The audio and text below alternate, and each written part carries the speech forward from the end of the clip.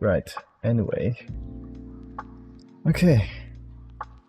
Hold on. Let's just make sure things are going just fine. Give me a second here. We'll be starting in just a moment. Just a moment. Hopefully nothing goes wrong though. God damn it. YouTube. Such a silly thing. We're supposed to be live now, but for some reason something ain't going right. Ain't this bizarre? Oh, there we go. No, I think we're fine. No, I think we're fine. We're good to go. Right. Anyway, ladies and gentlemen. Oh, I have some news for you today. Oh my lord. Guys. Get this. If you haven't seen the very recent live stream from the Monster Hunter channel, I don't know, maybe you're in the loop, maybe you were there, but oh my god, the live chat was an absolute clown show. You gotta love it. Oh, it's so good. Oh, it's so good. Oh god. Okay. Let's not beat around the bush here. Okay, let's address the elephant in the room immediately, because this is absolutely hilarious to me. Yeah, right. Oh, listen to this. Listen to this. Oh yeah, stick with what we know. Listen to this. They'll get to it in a moment. Now, okay? many of you might know or might not know. I want you to pay in Monster Hunter attention. Wilds, for the first time in a Monster Hunter game, you Pay can bring attention to what the guy says. weapons into the hunt. He's going to translate something the Japanese guy says. Maybe this is too loud. Okay. But yeah, I want you to listen to this, okay? Listen to what the guy is about to say. Okay, he's going to translate all of that. You might be able to see here on my screen that I'm able to choose any kind of armor I want for my character, regardless of their gender setting. So the armor is now totally gender-free. Okay, so you got that. The devs basically said you can pretty much wear, alternative let's say versions of the armor, male and female, regardless of your gender. You can wear the male version of the armor and the female version as you like. And as soon as he says that, pay attention to the chat. How can I blow this up? How can I make this bigger? I don't know. But pay attention. Pay attention to the chat. Oh my god, did it break? God damn it. I think it broke. I think the chat broke. Fucking hell, YouTube. Fix your shit. And talking of burst as well, obviously we confirmed not too long ago that Monster Hunter Wilds has full cross-platform play as well. YouTube, so come on. Where you choose to hunt, YouTube's you can team up chat with your friends, your frenemies, and anyone in between to explore the world. How is this possible, YouTube? I'm trying to do a show here, goddammit. And you do me dirty immediately. Impossible. You gotta be kidding me here. Okay, let's just refresh the damn thing. Point is, chat went crazy, okay? Oh, maybe they removed it. Oh, holy shit. In real time, ladies and gentlemen, Jesus Christ. They erased the chat. Oh my god. Guys, they erased history. Oh, Jesus. Oh, basically, okay. I was there, so let me just get this straight, okay? They pretty much removed any of, all of the backlash that basically came out of the live chat as soon as the developer said that the armor sets will be available for both male and female, right? Okay, let's get back to what they said here. Yeah, he's going to say a bunch of Japanese stuff. The guy's going to translate. You might be able to see here on my screen that I'm able to choose any kind of armor I want for my character, regardless of their gender setting. So the armor is now totally gender-free. Yeah, there we go. Gender-free, okay?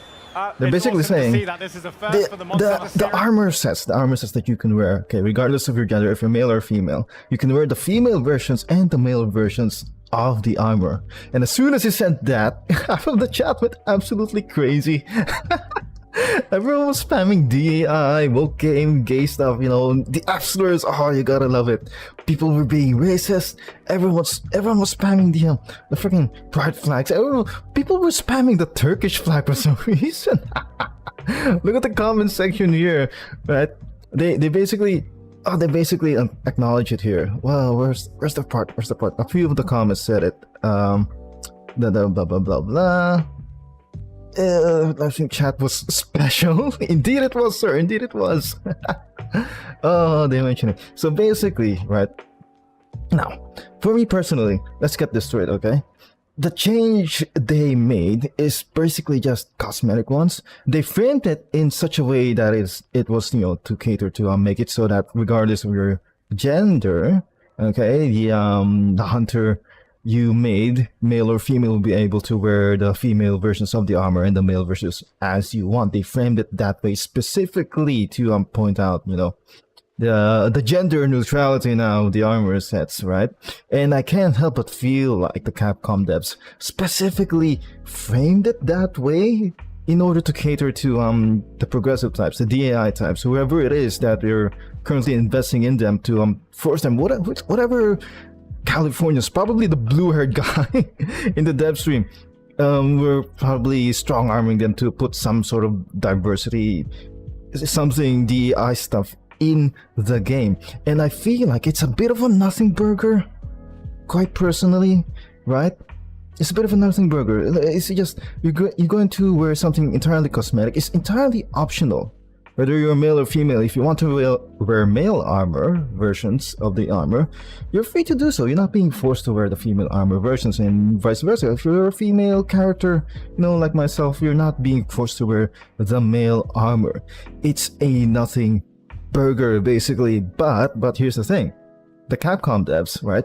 It's very telling that they framed it in such a way, because as a dev, if I was the dev, what I meant to say is that I would not have framed it in such a way. I would have framed it as that every character will be able to wear separate, you know, both variations of the armor sets, not particularly focusing on the gender neutrality aspect of it.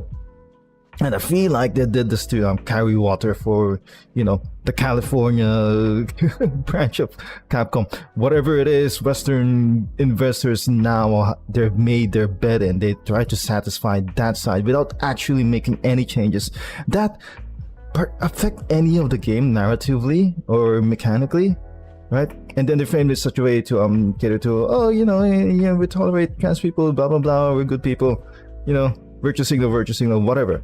It's a nothing burger. It's not as woke as people make it out to be, okay? The Capcom devs simply framed it that way, I think, to cater to whatever Western influences might be going on in their development cycle or their development teams, the decision-making parts of the game, essentially, right? But here's the thing, I do sort of sympathize a little bit with the criticism, because myself, as a veteran of the internet, whenever you get, you know, an absolute clown show like the live chat that was recently deleted immediately off the internet, I'm kind of used to it. And it's very, very important to take note of why they do that, why you face backlash or criticism, because in the climate today, you have to realize that anything that, you know, even so much as smells anything close to being woke or diversity or DEI or sweet baby, gamers have sort of caught on to the smell, so to speak, right? They caught on really, really quick about it, right? Let me give you some examples, okay? Maybe I can pull it up here. Hopefully you don't find any of my search history. Okay, never mind. I'm probably not going to do that here. Okay. I'll maybe hide it a little bit while I search for it. Hold on, give me a second here. Okay, I'll give you some examples here. Okay, Concord sales, yeah, no, not, god damn it. Concord, peak players, player count. That's what I was searching for. Concurrent players. What else? Recently, there's yeah. Okay, I will show you a few examples here. Okay. Oh my god, this is guys, you have to see this. You have to see this. Oh, it's so good. It's so good. See, apparently Concord, right? This notoriously woke game, right, featuring very, very hideous characters in it, lots of stuff, pronouns, etc., right? And then Dustborn, another thing that's apparently also woke. They don't sell very well, don't they? There's a good reason for that. And because these two games, very recent examples, are particularly laden and built upon the whole premise of it being progressive and woke, and gamers don't like that. Obviously, they're very, very averse to that. One more thing, a few other games, like Flintlock, and what was that other game that was made by, I think it was Capcom also. I forget what it was called. It was with the black lady, right? Who was a street thug, and then she got isekai'd with freaking Vision. Had a bracelet. She had a bracelet on that was voiced by Vision.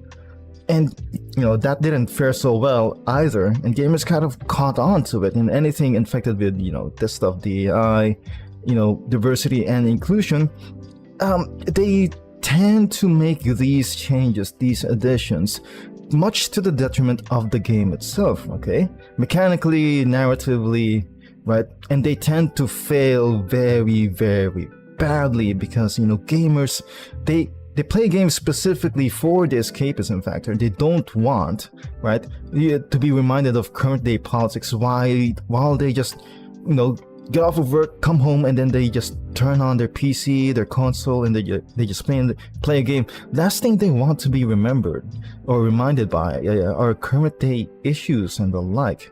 Okay, and so as soon as gamers got a whiff of it, in Monster Hunter, and the community reaction has the live chat absolutely went crazy, because I don't think it's necessarily focused or contained within the realms of just the armor mechanic.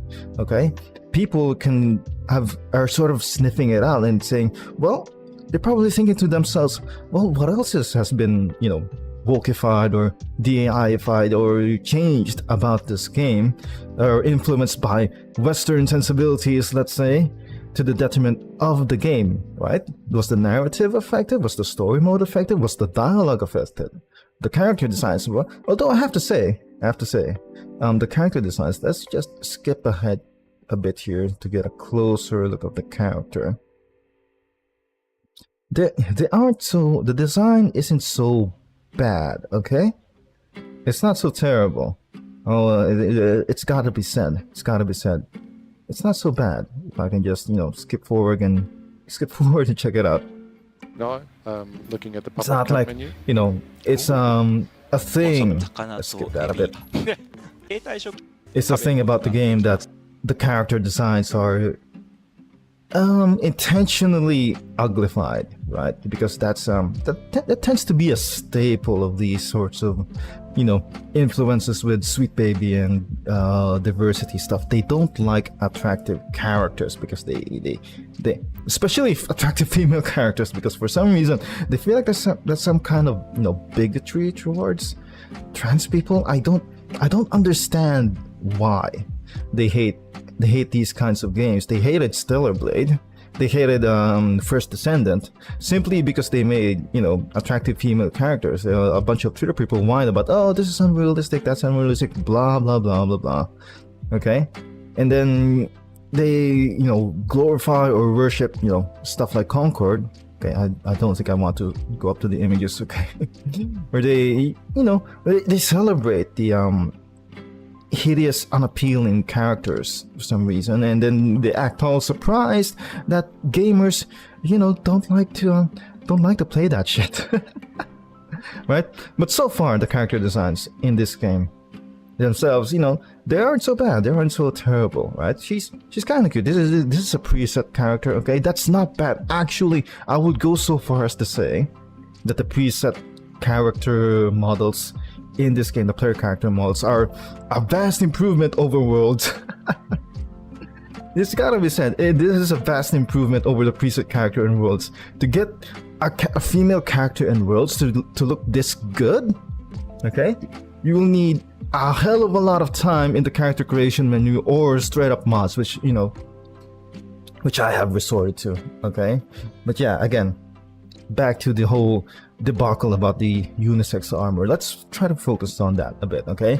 Politics aside, okay, current day DAI progressive nonsense aside, let's look at it from a gameplay perspective, okay? What does it do? What does it add to the game? Okay, when you think about it, it basically is entirely cosmetic, as I understand, in its nature. Meaning you have, you know, let's say a Jaguar set, you have the variant, or rather 2 variants of the same armor set to pick from. That's essentially what that does, what that accomplishes for us, okay? Now you would think, well, you know, if any male or female character could just wear the male or female armor sets as they want, then what is the point of, you know, what is the point of picking male or female in the first place? Well, the difference still is in the character presets, I think, so that's still relevant. But yeah, then again, as I said, Capcom simply framed it towards, you know, the gender neutrality aspect of it, but I don't think that's what necessarily it accomplishes. It just basically gives you more variance options toward armor variety, okay? I think that's about it, right? And in terms of, you know, adding anything to the gameplay, I don't think it really adds much beyond the cosmetics, because Capcom has never been, at least Monster Hunter has never been known, unlike From Software, to make any sort of specific differences or gender exclusive armor sets or armor pieces or accessories, right? From Software has this, where they have some items, right, that are particularly exclusive to the female only, right? I don't think I've ever seen them make, you know, accessories or armor pieces exclusive to males for some reason. Don't know why. But yeah, the point is in this scenario, it's entirely irrelevant, the fact that the either male or female can wear either the male or female versions of the armor. It's just more options for everyone, and it's an absolute nothing burger. People made such a big deal out of it, but I don't think that's necessarily what they themselves are aware of, that they really are concerned of, or what they really meant to express, right? As again, I don't think it's specifically the armor pieces that are what people are questioning. They're probably asking to themselves, well, what else has been influenced by, you know, DI or Sweet Baby about the game? But I guess we won't find out until we get at least a demo or more trailer to show us some more of the dialogue, some more of the story, and some more of the voice acting, perhaps. Oh, hello, Darth Plagueis. Jesus Christ, how did you get Darth Plagueis? What? What? That's not already taken? Holy shit. I'm jealous. Okay, anyway. Good evening. Nice to have you here. Right? So anyway, back to what I was talking about. Okay, so now we got that, you know, massive elephant out of the window. Right, out of the window. Massive elephant? How does that expression go? The elephant in the room. Okay, now that we've gotten that out of the way, let's analyze some of the actual gameplay, okay? Okay. This thing probably isn't... It's awesome to see that this is a first for the Monster Hunter series, and the community reaction has been incredible since Takuda-san revealed that in yesterday's stream. So, this is kinda... It's going to be very difficult to actually focus on anything here particularly. We probably should go around and look for something more specific. They did release a few more... Here we go. This is probably good. I haven't seen this one trailer before, so this will be good to analyze. Focus mode mechanic. Now people are saying this particular mechanic is supposed to be easy mode. I wouldn't say so. Like, I don't know where they got that from. I feel like what this does basically is just unlocks a whole bunch of new, you know, moves and mechanics to play around with. But anyway, Palico is a support. Cool. Yeah, I haven't seen that yet, actually. Maybe that's in another trailer, but I haven't seen how the Palico helps around the hunts themselves, so that will be interesting to find out. Yeah, I think we've seen all of this before, basically. Right, anyway. I think this is just mostly a compilation of all the mechanics that we've known or that have been displayed so far.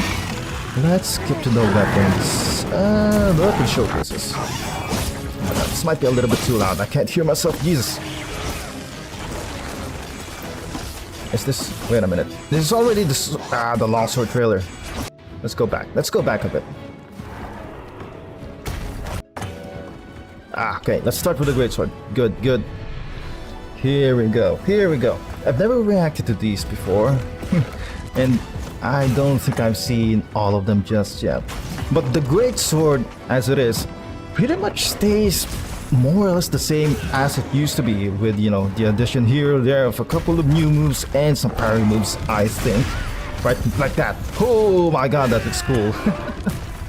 And I think that's good, mind you, right?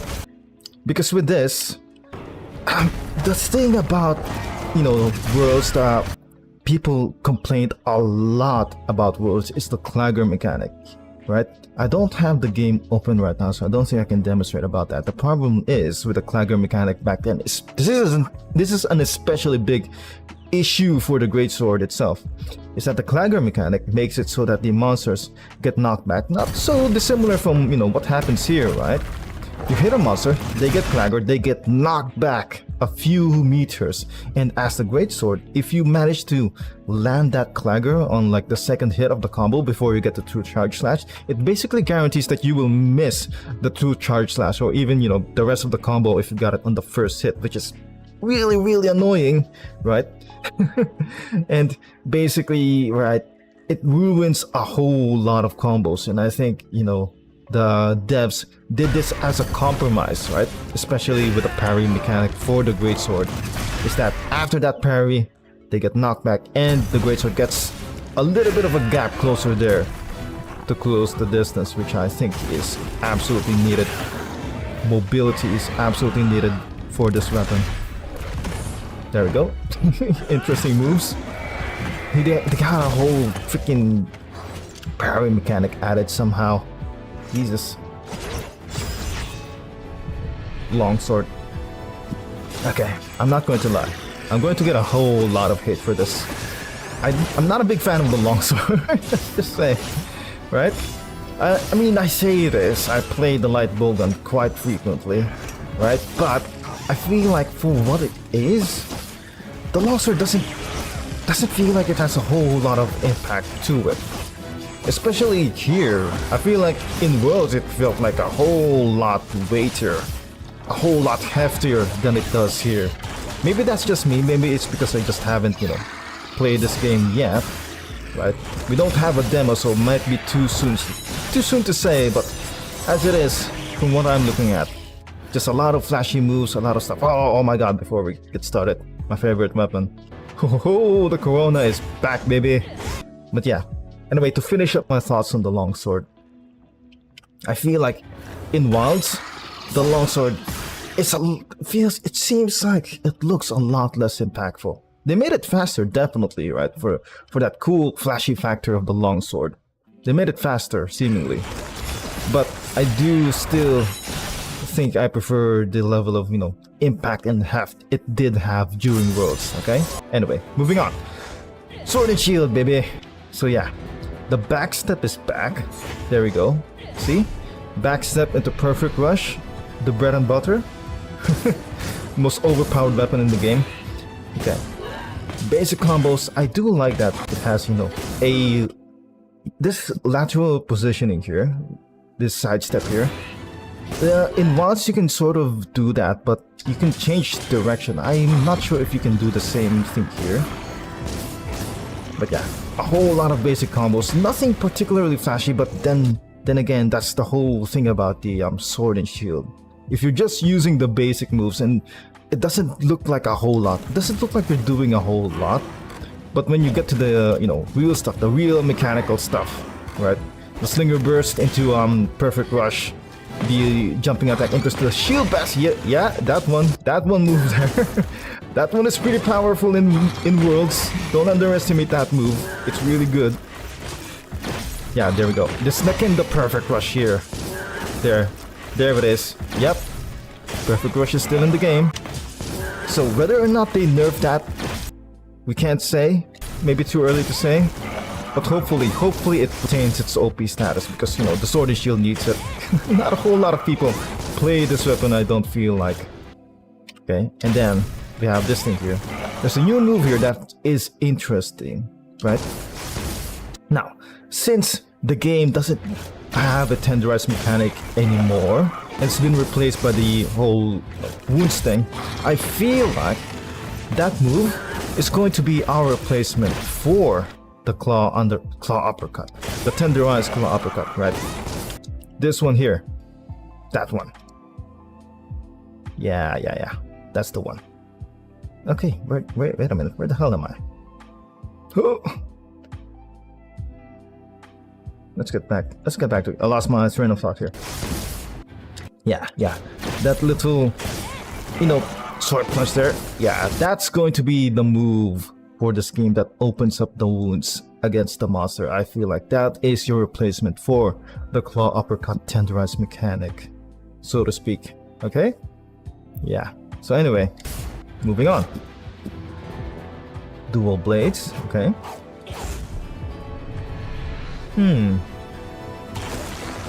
I feel like dual blades will be more or less fine, the same, right? Maybe it's just me because I feel like the main specific weakness of the dual blades, especially in Worlds, is the lack of verticality with this weapon. It doesn't have a whole lot of moves with... Yeah, okay. Let me just slow down here for a bit. It doesn't have a whole lot of moves that enable you to mount, nor enable this crazy move right here, right? Right? See this? In Worlds, in order for you to pull off that move, you will have to initiate a slide down a slope onto the monster's head or the tail to be able to pull that move off. In this game, it seems that it just allows you to do that out of focus mode, right? You see that? You see that? You see that? For a split second here, they go into focus mode. See? Okay, maybe I'm not. Why am I not at 1080p here? There. Let's open that up. Okay, let's come back to that. Oh my god, did you see that? Did you see the jiggle physics on the monster? Right? There we go. You see that? Well, they're hitting the belly. Anyway, I get distracted so easily. God. So for a split second here, they go into focus mode, right? You see? Part of the monster lights up right there. And then they do a leap attack here. Then they jump backwards into a freaking claw thing. Claw hook here. And there it is. There it is. And they go full on Attack on Titan here with the Levi Beyblade move. That is awesome. Look at that. Look at that shit. Oh, that is satisfying. Against a monster this long? Jesus Christ. There we go. So yeah, I guess, you know, the Capcom devs figured that part out, right? They noticed, you know what this weapon lacks is the whole verticality thing, okay? It lacks the ability to just mount anything by itself and to pull off the best move in the game. Well, maybe not the best move in the game, the best move at least for this weapon. You need to have, you know, in Worlds it needed a condition that you had to go down and slide down a slope to be able to pull that off. Now you can just pull it off with focus mode, you know. Good application of focus mode. And we got, oh my god, what are those? Are those like, yeah, those are just dodge counters. Cool, cool, very cool. Here we go, hammer. That is a sick looking hammer, by the way.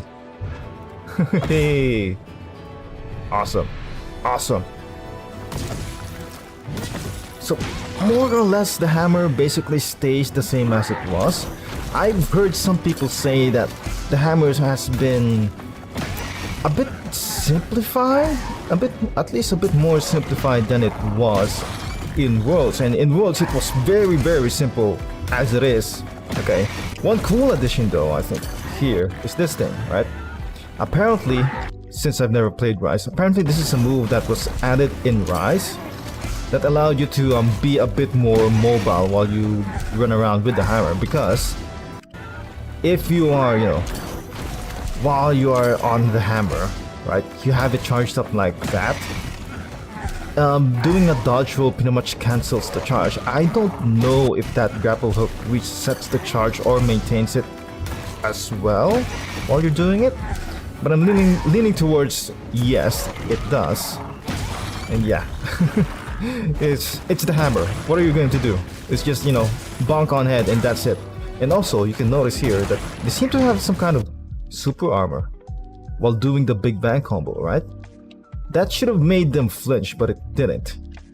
Right. At first, I saw this part at first, the first time I saw this trailer, and I thought, wow, did that attack just miss, or is did that attack just not do anything? Does that just apply a status? I don't know. But apparently, it might seem like, you know, the Big Bang combo will have some level of super armor on it, right? That allows you to withstand, you know, somewhat minor attacks. Yeah, look at this move. Oh, that's awesome. Nothing special, but you know, it's the hammer. What are you going to do? Alright, now we're moving on to Hunting Horn. Okay, not going to lie, I don't use the Hunting Horn nearly as much as I would like to in Worlds, but what I have used of it, I did enjoy it a whole of a hell lot. This is a fun weapon to use, especially, you know, the way it's implemented in Worlds. I heard that it's rather a bit more dumbed down in Rise, which I'm not a fan of, but hopefully they did a nice little jig there. That's a cool addition. Hey, that's nice. But yeah, hopefully they retain most of, you know, the gameplay around Worlds rather, right? I feel like that is an amazing rendition of the Hunting Horn. Probably their best, okay? Or so I've heard. Anyway. Yeah. Yep, that's also new. So, I don't know where that is from. I think that might have been from a different installment of Worlds, but I heard that, you know, that is from something else, and that's not entirely original, but still, it is really cool to see that. Yeah, everything else, more or less the same. So yeah, Hunting Horn is still Hunting Horn. Not much has changed. Moving on to Lance. Oh boy, I really wish that I could vibe with this kind of weapon. Right? For some reason, and not for lack of trying, my guys, ladies and gentlemen, Lance and Gun Lance just never seem to click with me. I don't know why. Okay? It's not like I can't play them. It's just that I don't enjoy.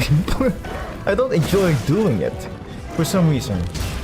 But you know, I want to take it away from people. If people enjoy playing this weapon, right? They like feeling like a tank. They like being able to block and parry everything Royal Guard style, like freaking Dante. All power to them. Really, truly, God bless them. But for me, it's just, you know, it's just not for me. I feel like. Right? The Gun Lance is somewhat better, right? Slightly more interesting than the Lance, but again, it suffers from the same thing. At least for me. I feel like it's just a little bit too slow, right? A little bit too cumbersome, unwieldy. I don't know, it's just, I'm not feeling it, boys. Even as it is, even, you know, with all the changes that they've added here, it's just not for me. Okay? So I'll get into, you know,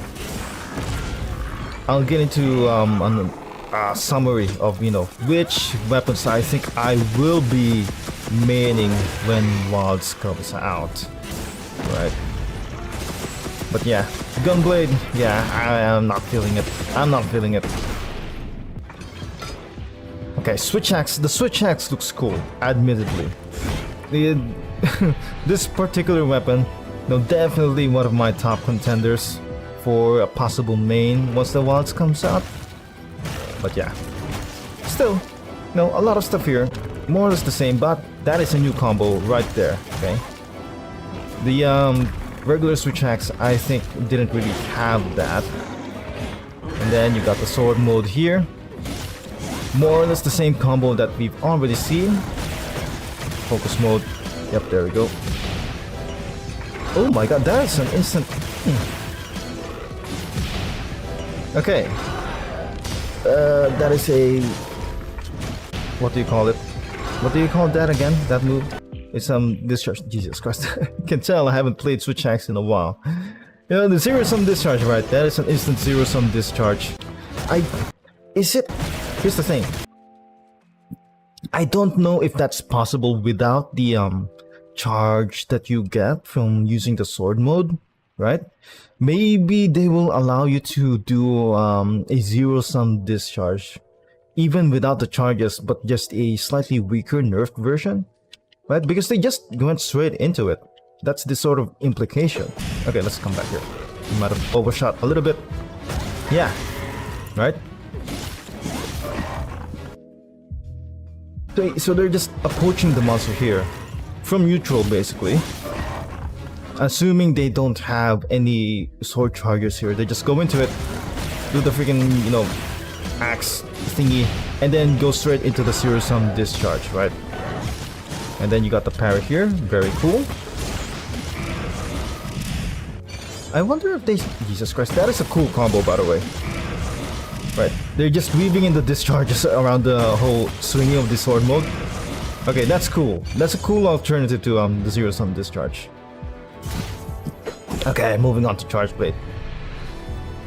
This particular Charge Blade looks very, very cool. Okay, so obviously they've done a whole lot of stuff to it as well. Gave it some treatment, but you know, a lot of the same stuff still seems to be available. You can clearly see here, even without, you know, a DLC, you already have access to the Savage Axe right off the bat. I don't know. Oh, Jesus Christ, that's an interesting question, isn't it? I don't know if Capcom will be releasing an Iceborne style DLC somewhere down the line. Like, Jesus Christ, that might be a question for the ages. Maybe they'll have it, right? Because Iceborne is notoriously larger, right? Bigger content than base worlds. Okay, it's notorious for that. It's even more expensive than Worlds itself. But this one, I don't know. Maybe we'll see. Capcom hasn't said anything around that line yet. But hopefully they do. Right? Iceborne is an excellent example of a whole goddamn expansion that's pretending to be a DLC, basically. Right? Iceborne is basically the sequel to Worlds. That's essentially how I see it. I wonder if Wilds will have something like that as well. But anyway, back to the video.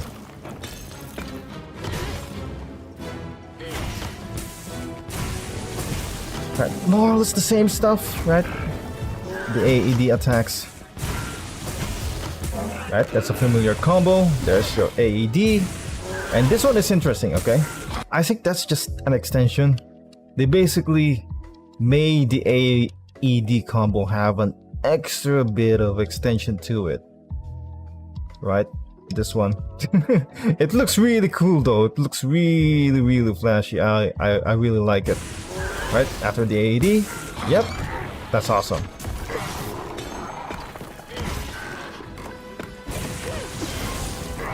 Then see here. They did charged up the shield, charged up the sword.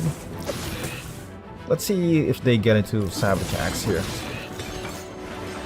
Oh, there we go. See, I don't know if it's... They don't show the UI here, okay? I don't know if they already have Savage Axe, the Savage Axe buff activated before going into this, or if that's the move, that move itself activates Savage Axe. Hopefully it does, because here's my primary complaint with Savage Axe, okay?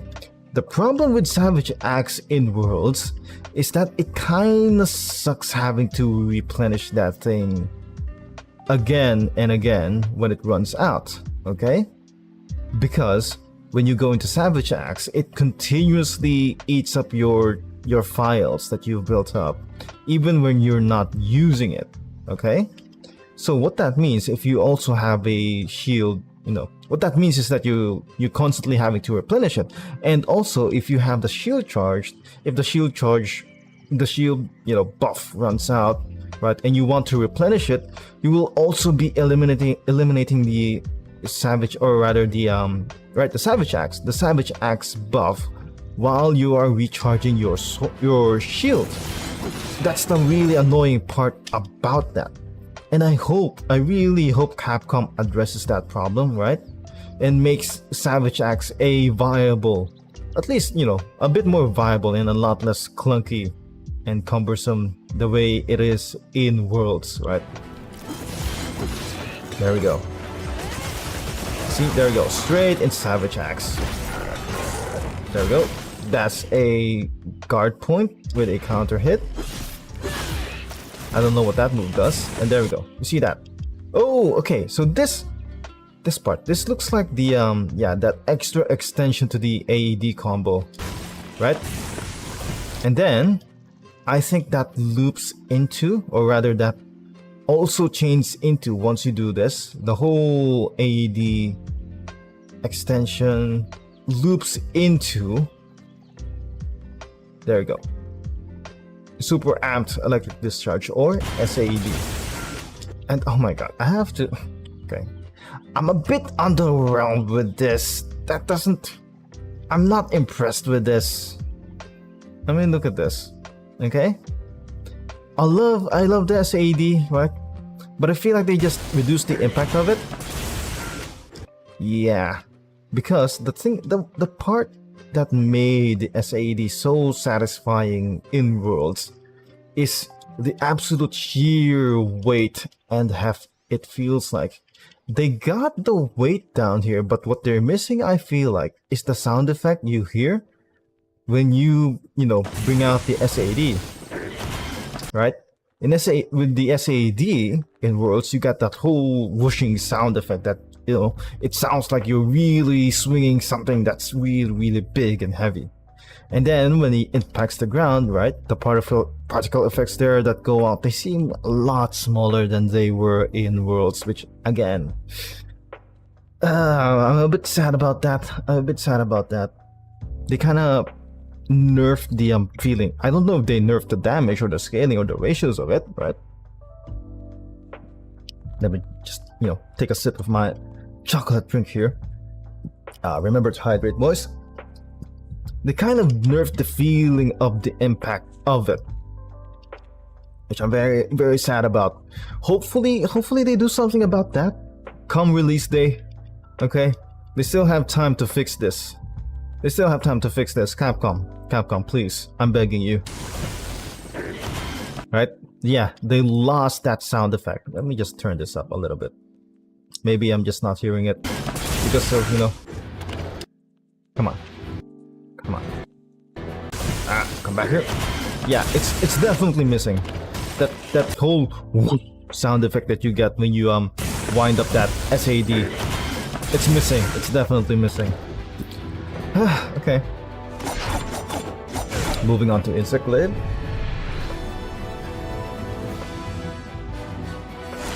Here we go. I'm not okay. I played a bit of my fair share of Insect Glaive, okay?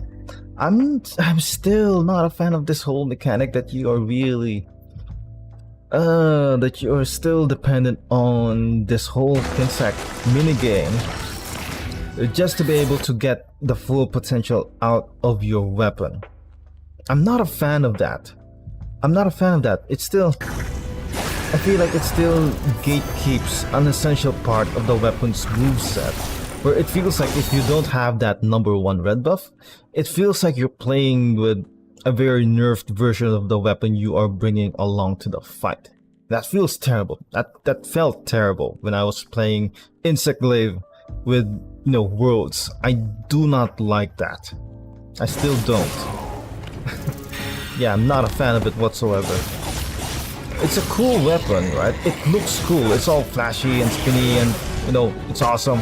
I just wish that a certain amount of its moveset wasn't gated behind the whole insect minigame. It really sucks. It feels terrible. I love that move, by the way. Oh, the pole dancing move. Right. Oh, it looks so silly, but you know, I guess it works. Oh well. The game likes to have fun. That's good. That's a good thing. That's a good thing. Like gun. Okay. Here's the thing. I have a lot to say about the bowguns in this game, especially the light bowguns, right? And especially when it comes to the ammo types that they use. I feel like what this trailer showcases is trying to make this weapon out to be your, you know, generic pew pew shooty rapid fire machine gun. Okay? I'm not a fan of that. I brought this up in that last episode where last episode of my Monster Hunter series where I was fighting with the Gold Rathian using a light bowgun, and that I expressed that I wished that the light bowgun, particularly, okay, the heavy bowgun is a separate discussion. We'll get there when we get there, but the light bowgun, I feel like they should have lead more towards the utility of the alternative weapon or ammo types in this game, instead of making it as a generic, you know, shoot bullets faster, right, and deal damage, right? That's not interesting to me. Okay, what I wish they had done with this is that give it a few more variety of weapon types that you can play around with. Okay, that works in more interesting ways than was implemented in Worlds. Okay, because you might say, oh well, in Worlds, the light bowguns can use paralyze ammo, they can use exhaust ammo, they can use you know, sleep ammo, and I'm like, yes they do, yes they can, but I feel like they can do slightly better, slightly more interesting than just shoot monster in the face with sleeping ammo to make them sleep, and that's it.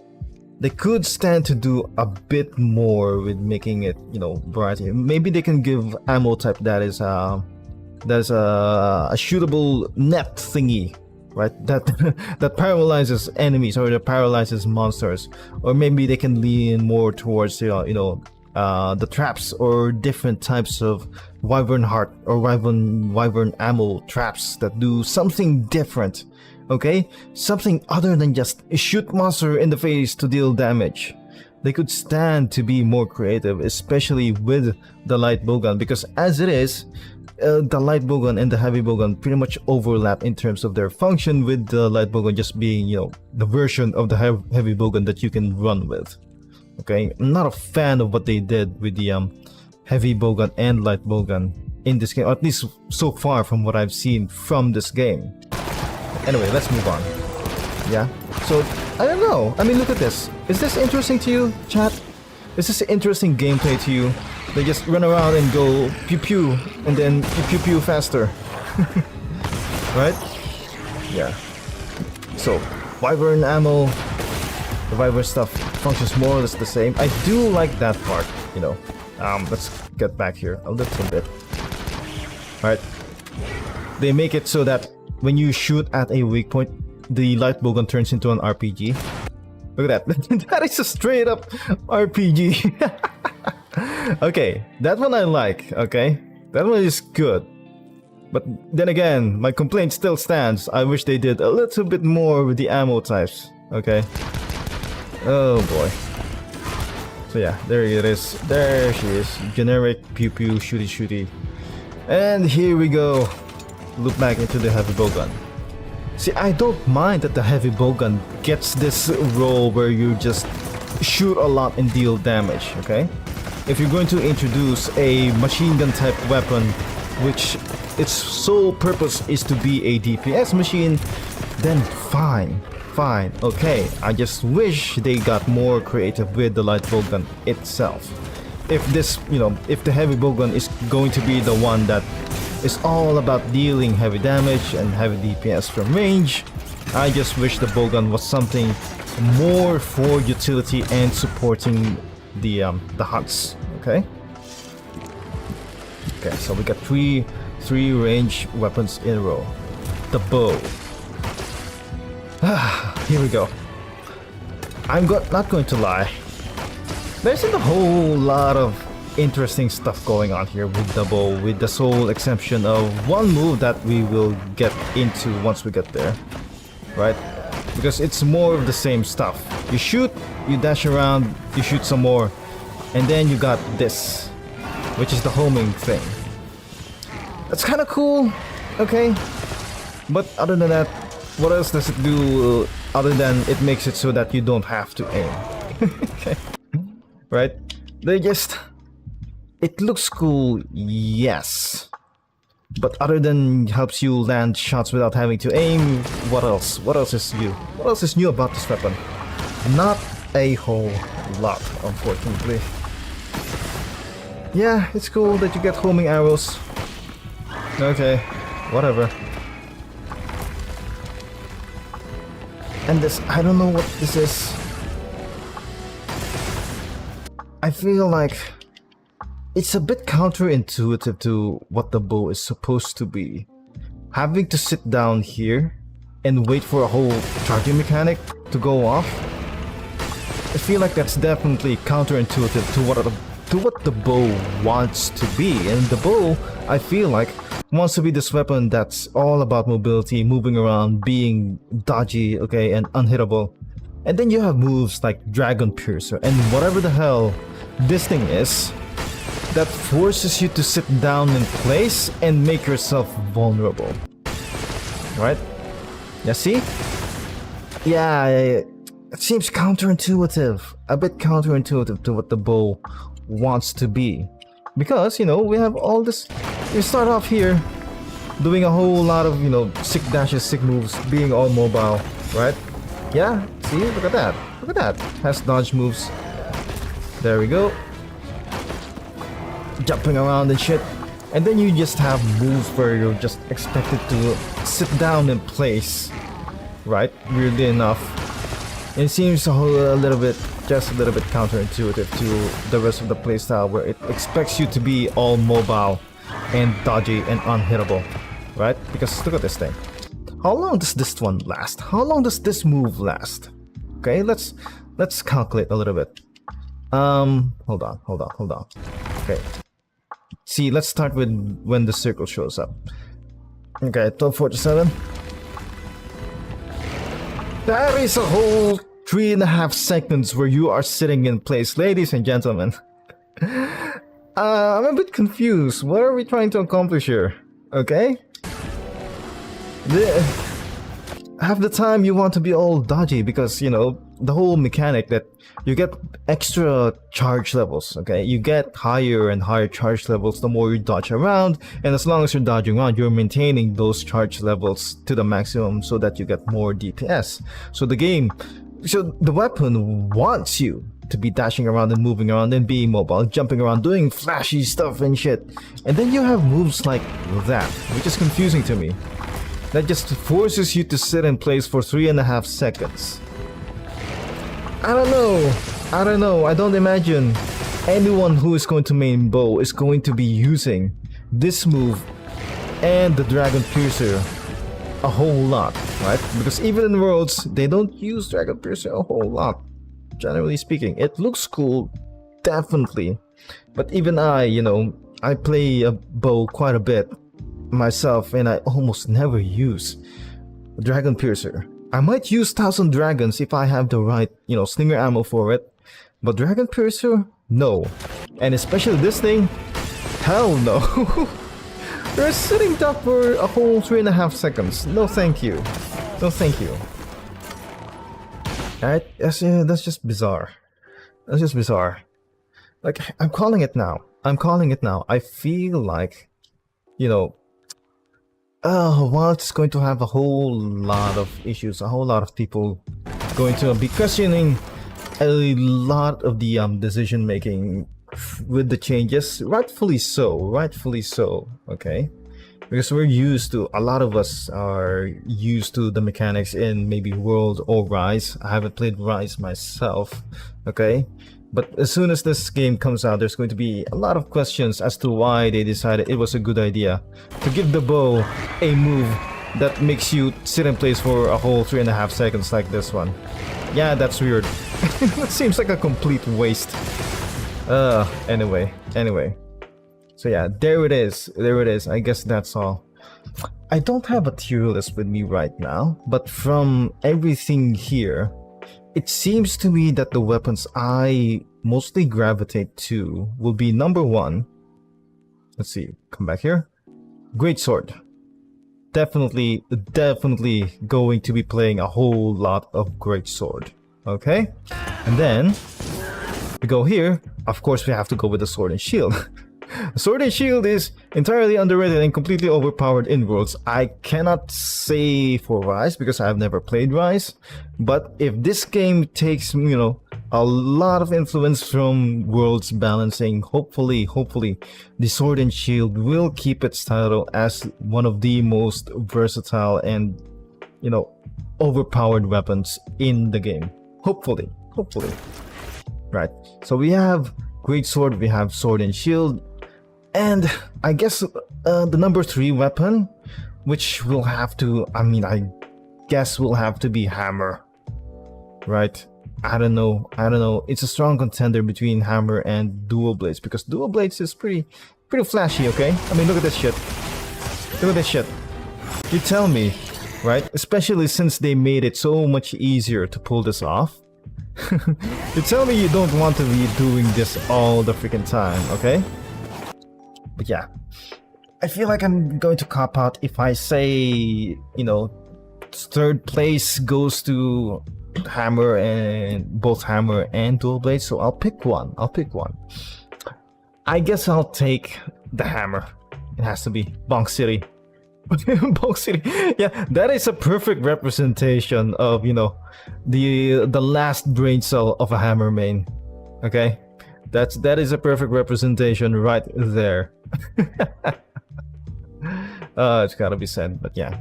Oh, before we you know, get into it, another thing, because the game features a mechanic, right, that they do mention allows you to bring along a secondary weapon that you can take with your hunts, that you can freely switch between as long as you have your secret around, that little raptor thing that you can ride on. I guess the alternative would have to be any one of the ranged weapons. I don't think it makes too much sense to bring both melee weapons, but if I had to bring both melee weapons, it would have to be Greatsword and the Sword and Shield, okay? But for the most part, I think I will be bringing along one melee weapon and one ranged weapon, okay? So, I mean, the combination will have to go as follows. If I am bringing a slower main melee weapon, like the Greatsword, I will have to bring along something light, which in this case, I mean, I guess the only option would be the light bowgun, right? Okay, can I actually find it here? Okay. So no, not this. Right.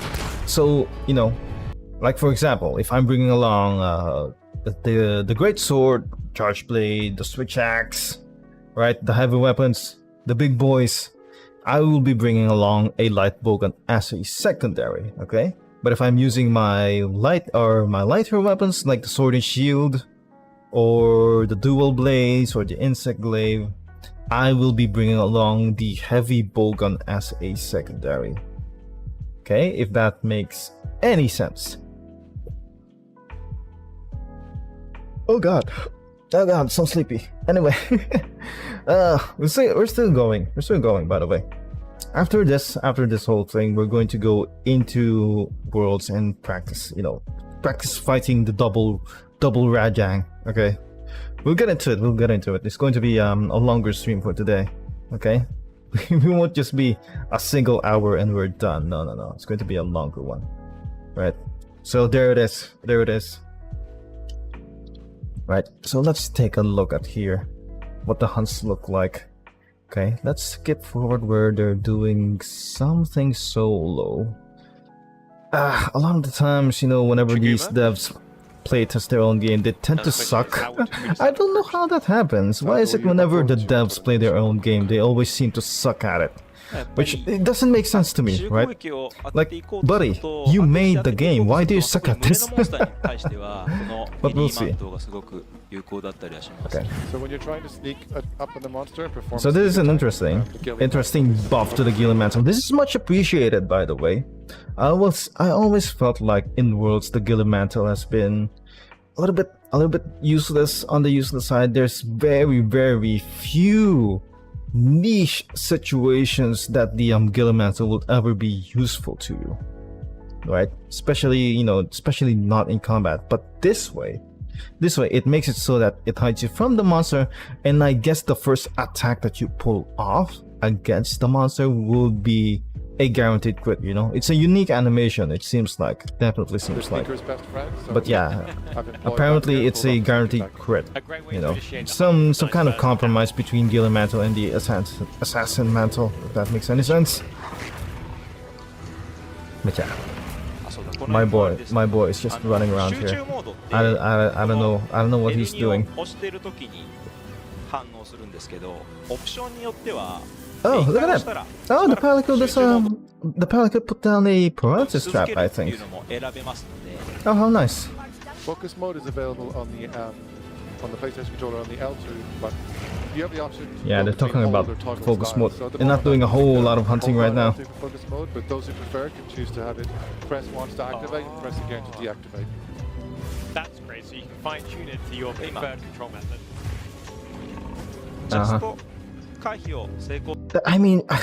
I guess you can tell the simple lack of sound design that's going on here. Look at this. I don't know if that's a stylistic choice, but the lack of sounds when they're hitting the monster. Listen to that.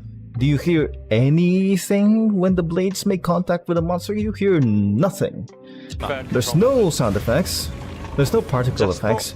So the build is probably, whatever this demo build that they're playing on, is probably very far away from being the final product. So who knows? They've said maybe they're going to put out the game in the first half of next year.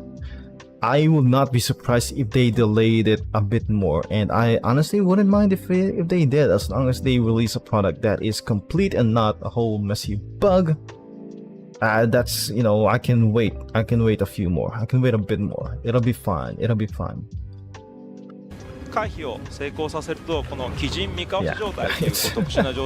The whole lack of sound design and particle effects when they hit is making this a little bit not as interesting. System built into the dual blade system. Anyway, I was to pull that off, I think really seen enough. So, boys, ladies and gentlemen, to close out my thoughts, right?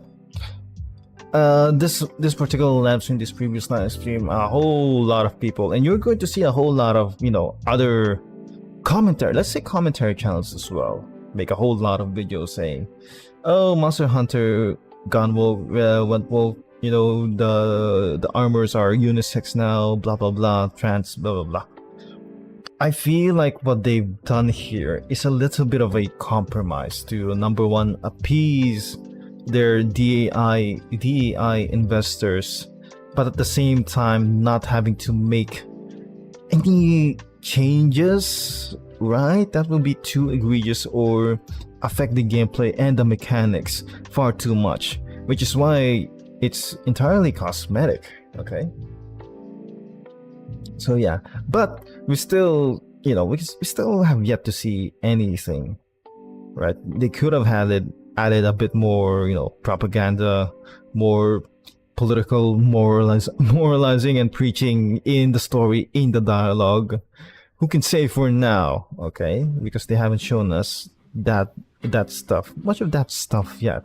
And so far, the character designs, another staple of woke influence, as it will be in any of these games, will be the uglification, right? Making the characters, the NPCs, fat and ugly and unappealing.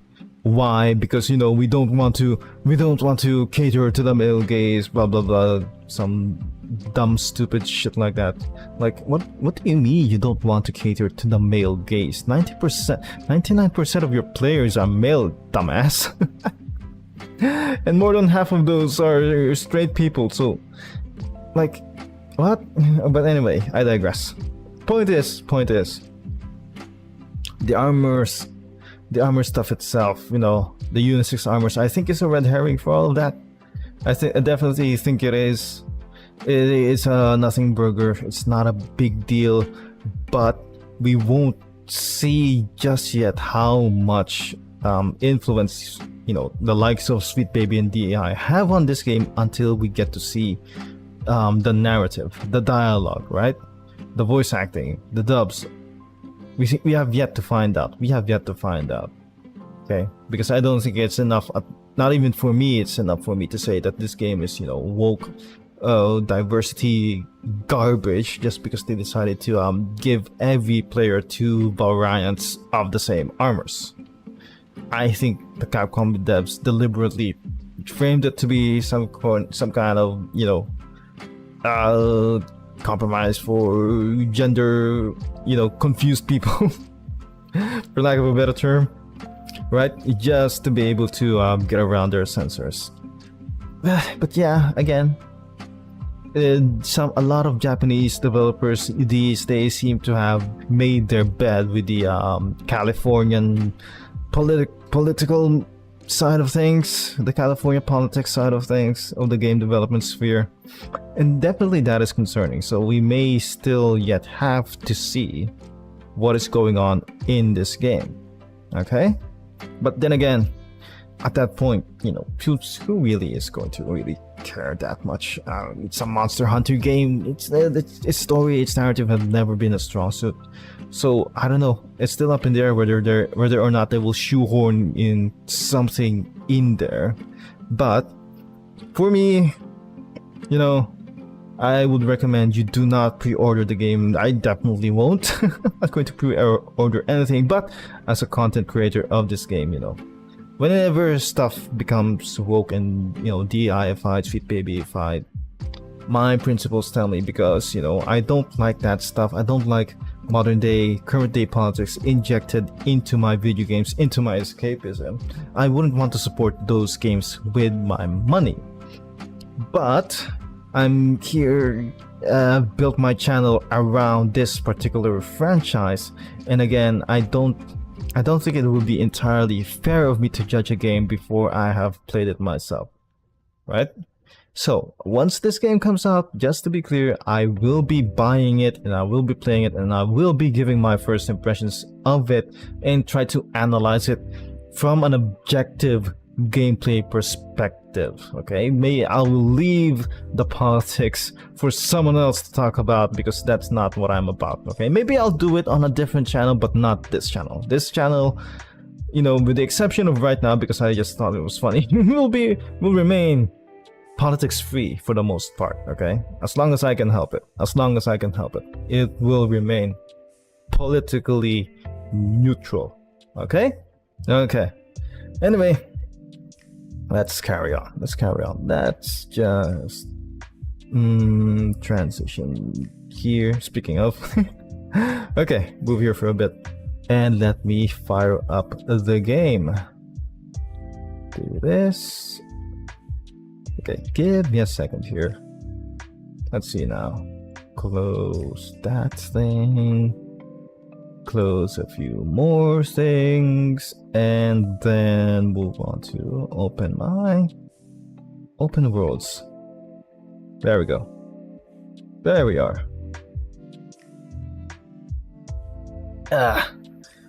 Right. Okay. So here's the thing. Here's what we're going to do in game, okay?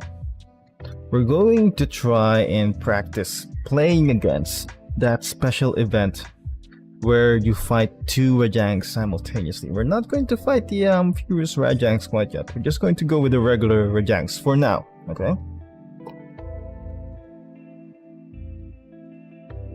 So we're going to do that. Excuse me. we're going to practice that for a little bit, right?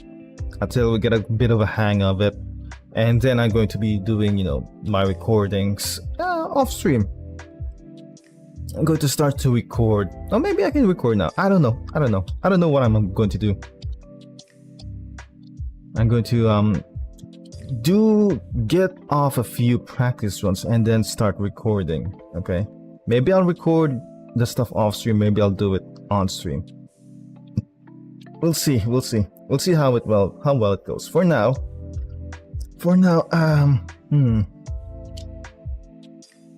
what should I do right now? I feel like I want to be using the sword and shield. I mean, against two Rajangs, I will need to be able to move around a bit more than I currently am able to with a great sword. I feel like. But yeah, for now, here we go. What should we bring? We need to bring an ice weapon. That's for certain. Okay, do I want to farm for the silver Bosch for now? This one. I feel like I'll just play with the Volcano one. It's not a whole lot of element to this thing, but it does have a decoration slot here. A level 4 decoration slot, mind you, which is pretty good, even though it doesn't have a whole lot of, you know, ice element to it and not a whole lot of base affinity. Whereas this one has 15 affinity, same base damage, okay, but you know, almost more than twice. Oh, well, definitely more than way more than twice, a bit more than twice the element effect. But yeah, maybe I'd rather just play around with the you know, 4-star decoration slot just for versatility and comfort. Okay, so we'll switch this out. What decoration do I even have on this thing? Bleach free? Okay, that makes sense. So we'll switch you out for a regular. There we go. This one, right? The Volcana sword and shield, and then can't remember. I don't remember. I think the last thing I fought really was also a Rajang, so base maintenance. Do I have anything other than that? Something with brace as well. That might be useful.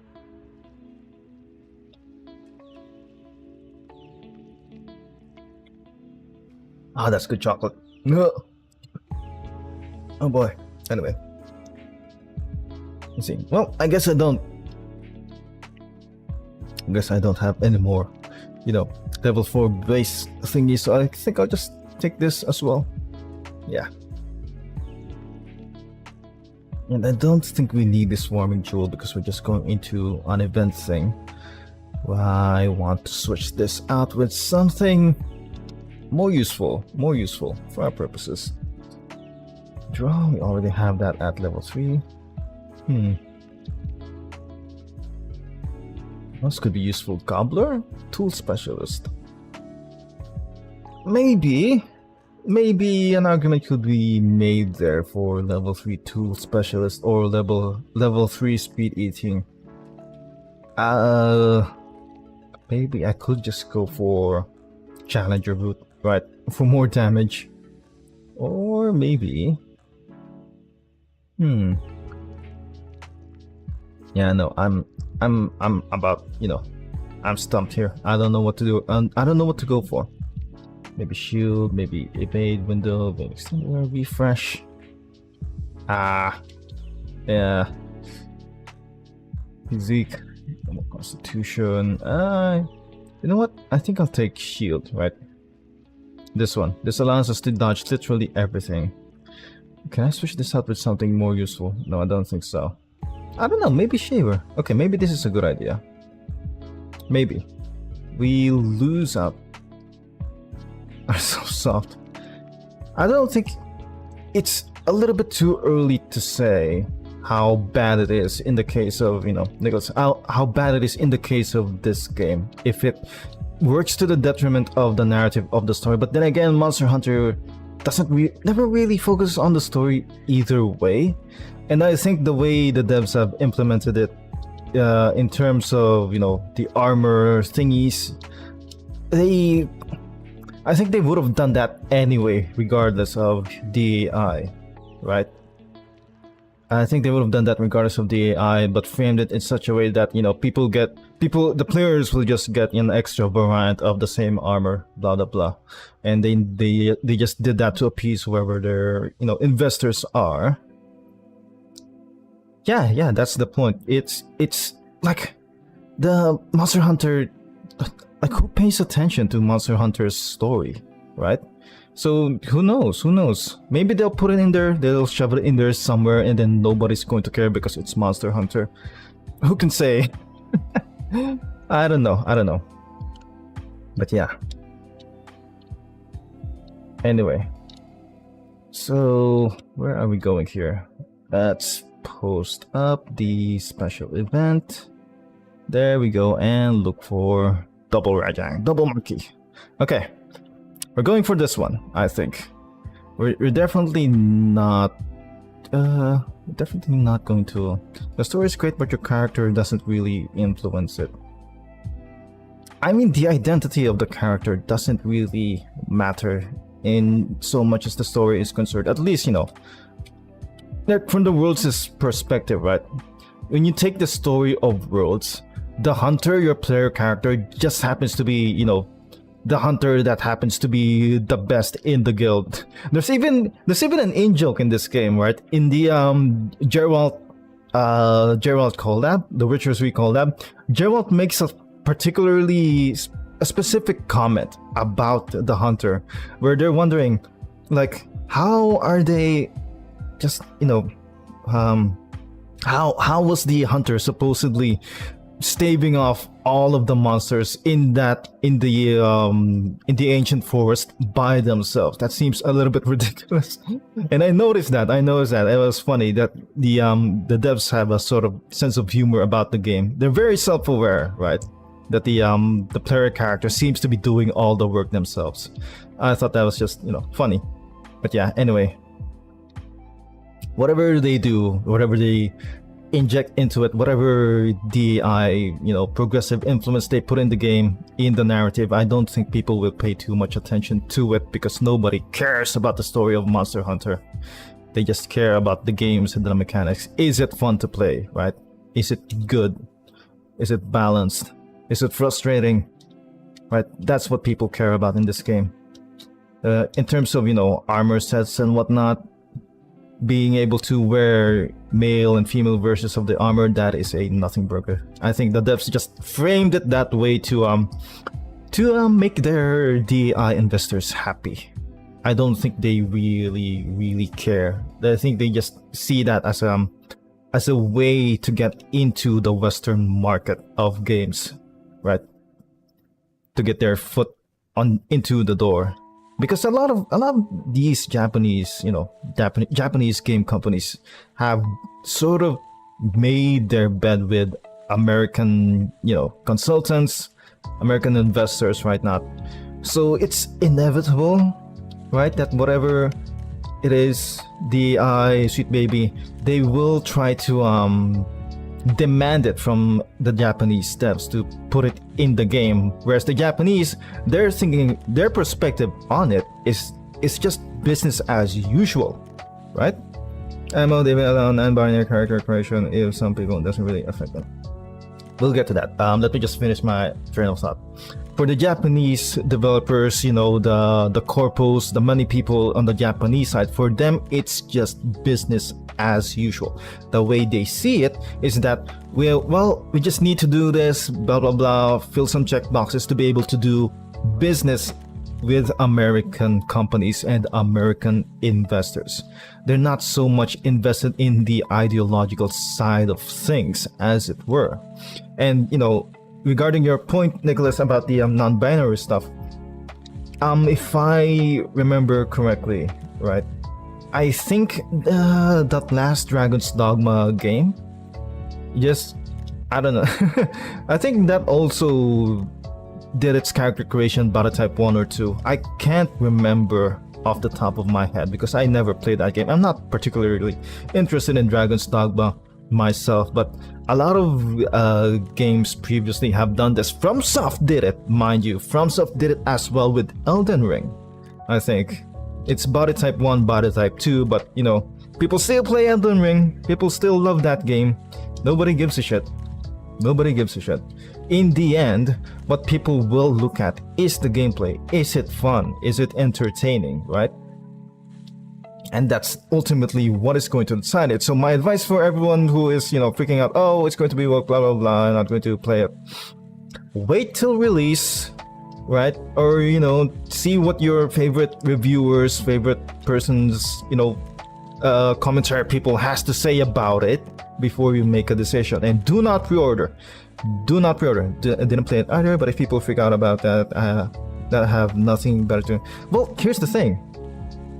I think I wouldn't disparage that. I think it's absolutely necessary for people to point out stuff that they don't like.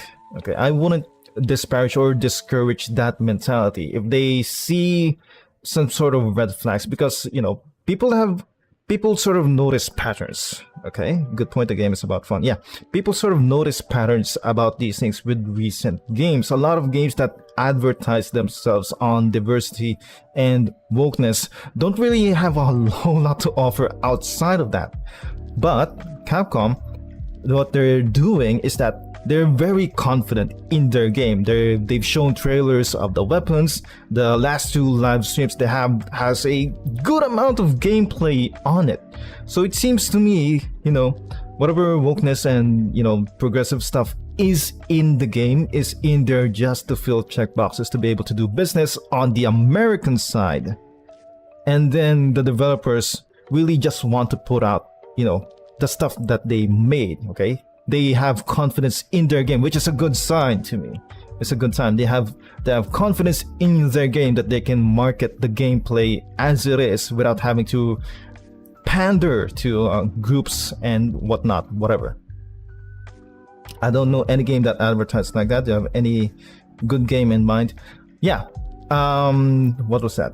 Forspoken did it. Concord does it. A lot of these Western games do pander to that sort of aspect, especially, you know, games journalists that sort of carry that water. They say, oh, this game has, you know, diversity and allows you to choose your pronouns, right? Gamers notice that as a red flag, right? And you will notice that as a red flag for really anything, right? Because as a gamer, you look at the games as a product, right? And what do you expect out of a product like a game? You expect it to have good gameplay. And if whoever is trying to sell you that product isn't talking about the gameplay, probably doesn't have a whole lot of good gameplay to offer. It's just that simple. You apply that logic and, you know, you sort of notice why people sort of freak out about it, and they just sort of happen to notice that pattern. It's just so happens to be that a lot of these recent releases of certain games like Concord, like Dustborn, like Forspoken, and even to an extent, you know, Starfield, that did a little bit of that, right? They kind of flop because, you know, once people open up the game, it turns out this game isn't anything special. It's crap. The marketing just sort of focused on a whole lot of other aspects that had nothing to do with the gameplay and, you know, balancing and stuff. And turns out, yeah, the game turns out to have nothing much to offer out of pronoun stuff. But I can stand people wanted to feel represented while playing a video game. I don't know about that. I feel like that's a very vocal minority of people, because I'll have you know, as you know, myself, my identity doesn't play into a factor into representation a whole lot, right? It's nice that you have variety and customization and anything, but I use that variety and customization to make stuff and characters that are as, you know, detached from myself as possible. Case in point, look at the screen right now. This is a very pale woman with white hair with very large breasts, okay? And I happen to be a brown, very, you know, a dark-skinned Southeast Asian twink, for lack of a better term, you know. But I never make those kinds of characters in any video game that I play. Okay, so for me, the only purpose that I would like having variety and options in customization, in character creation, is not to feel represented, but to be able to make anything that I want and make any character that I want that doesn't necessarily represent myself in the video game, right? But if other people want to do that, no, that's fine, right? But yeah, it's overall generally a good thing to have options in customizations, but I don't think representation is the reason why you would do it. It's the primary reason why you should do it, because I feel like that the kind of people who want that is a very small vocal minority of people. Allow that in, Van, because yeah, that's what I mean. Okay, so the whole shit show that happened with that live stream. Oh my god! If you were there, it was freaking hilarious. But yeah, it's just, you know, more variety and options in armors and stuff, but framed it in a way so that the developers can appease, you know, the American side of things, the American investors. I think that's what that was. Yeah. Yeah. Some people, yeah, like that. They like that. They like to be able to project. A lot of people, some people do. I don't think it's too many of the gamers. Okay. But making small changes in game for those minorities doesn't hurt the rest. Well, that depends entirely. There's a bit more nuance to be said about that, but that entirely depends. Because on the side of, you know, I think a very specific example of this is, I think I mentioned an example of Starfield, right? Starfield happened to be, it included a whole bunch of very, very progressive modern day American, you know, politics, to the point that a lot of people kind of sort of felt the story and the narrative of that game was far, far too predictable and actively ruined their experience, right? And I feel like, yes, that would affect a large type. If you were trying to, you know, cater to a very small minority, that works to the detriment of a lot of people who are also trying to enjoy the narrative of the game, if that ultimately just affects the quality of the narrative of the story or some sort of aspect of the game. So there's a bit more nuance to be said about, you know, making changes to appease or appeal to small minorities or certain groups, right? It's a bit more nuance to be said about that. Can say about that, haven't played that game. Yeah, but yeah, you know, there's playthroughs of it, right? You see reviews, but yeah, it happens. I can tell you, as someone who is, you know, I want to say I'm a writer, but I read a lot of books, and when it comes to storytelling, yeah, there's certain storytelling beats that you can tell when a twist is going to come around the corner, or something, some narrative stuff is going to happen, and you can kind of predict that by detecting certain patterns. Okay. Oh my god, I'm yapping so much I haven't even gotten into the game. But yeah, the whole point is, sometimes when you cater to one group, you sort of alienate another group. That's just how the world works, unfortunately. And unfortunately, not everyone is going to agree on the same things, and that what people find in their values, in their sensibilities to be good and moral and virtuous, some people are going to find strange and odd. Case in point, right? I was there in that live chat, okay? In that last stream, right? And a whole lot of people that are, you know, voicing opinions, I noticed they weren't American. They weren't Western. Quite a few of them seem to have Arabic names, mind you. I noticed that. That's funny, Arabic names, because, you know, although Westerners, Americans might say, oh, you know, we're progressive. We tolerate gay people and trans people, right? Love that stuff. No hate. But You go to any Muslim country, right? Like Iraq, like Pakistan, like Palestine. If you are openly gay and openly trans, there's a very high likelihood that you will be thrown out of a building, out of a top floor of a building. So, if you want to cater to, you know, progressive sensibilities, progressive Western sensibilities, you can't expect devoted Muslims to be okay with that. You can't expect them to just accept that, because that's not common, or that's not viewed as moral or correct in their society, in their culture, in their sensibilities. And I don't think that's entirely their fault as well, right? But yeah, that's what I have to say about that. Anyway, let's try. Let's fight. I've yapped long enough. Here we go. Okay, so I'm very, very worried right now.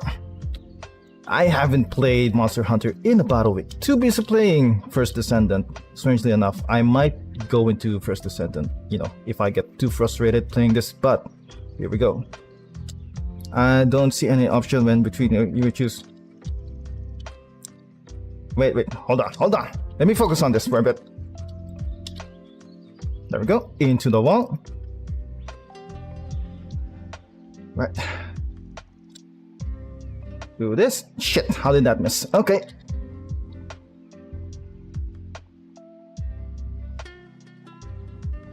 Give me a second here. I can't pay too much attention to the thing right now. Okay, buddy. Do this while we have the stone thingy, stone mantle. Okay. Jesus Christ, I hate how jumpy and, you know, fast this guy is. Can't find any goddamn openings. Ouch. Like, we can't rely on Perfect Rush too much against this guy, because he'll just get out of the way in time. So we'll just have to rely on, you know, a little bit of the poke. The running poke. Oh, this one we can punish with a Perfect Rush, kind of. Only 3 hits though. Not too much.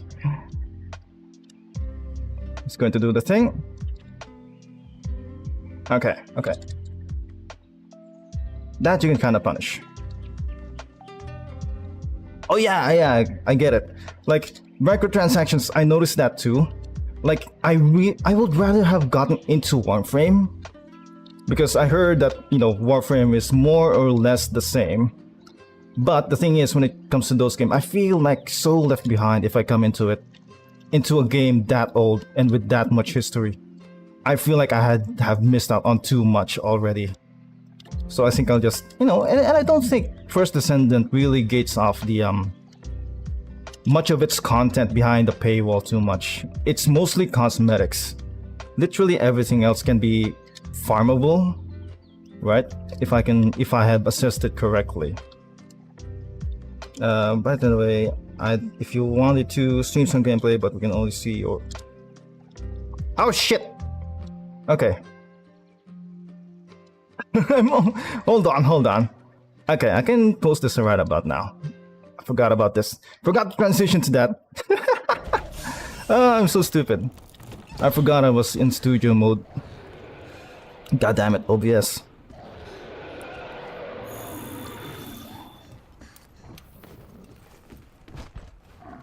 Right, so anyway, where was I? Oh shit. I forgot. I can mount this guy right now. This is something I sometimes forget that I can do. Right? Especially against a monster that's already enraged. That is a good idea. Okay. Careful now. There we go. Not much content. What? Like, you can reduce cracking time. Yeah. That's a whole lot of thing. Here's the thing. First Descendant, if I remember correctly, is made by Korean developers.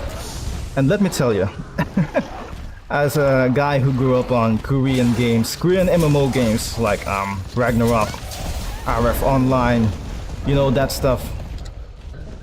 They do a whole lot of this thing where it's called pay to wait, pay to win, right? Pay to get less RNG. They do a whole of that stuff, and it is, you know, predatory as you think it is. But I think they've kind of learned in time that sometimes that sort of stuff doesn't last long. Okay, it doesn't give the game a whole lot of longevity, because once people catch on that the game is unfair, it's unbalanced, it's all pay to win and stuff, they quickly lose players very, very quickly.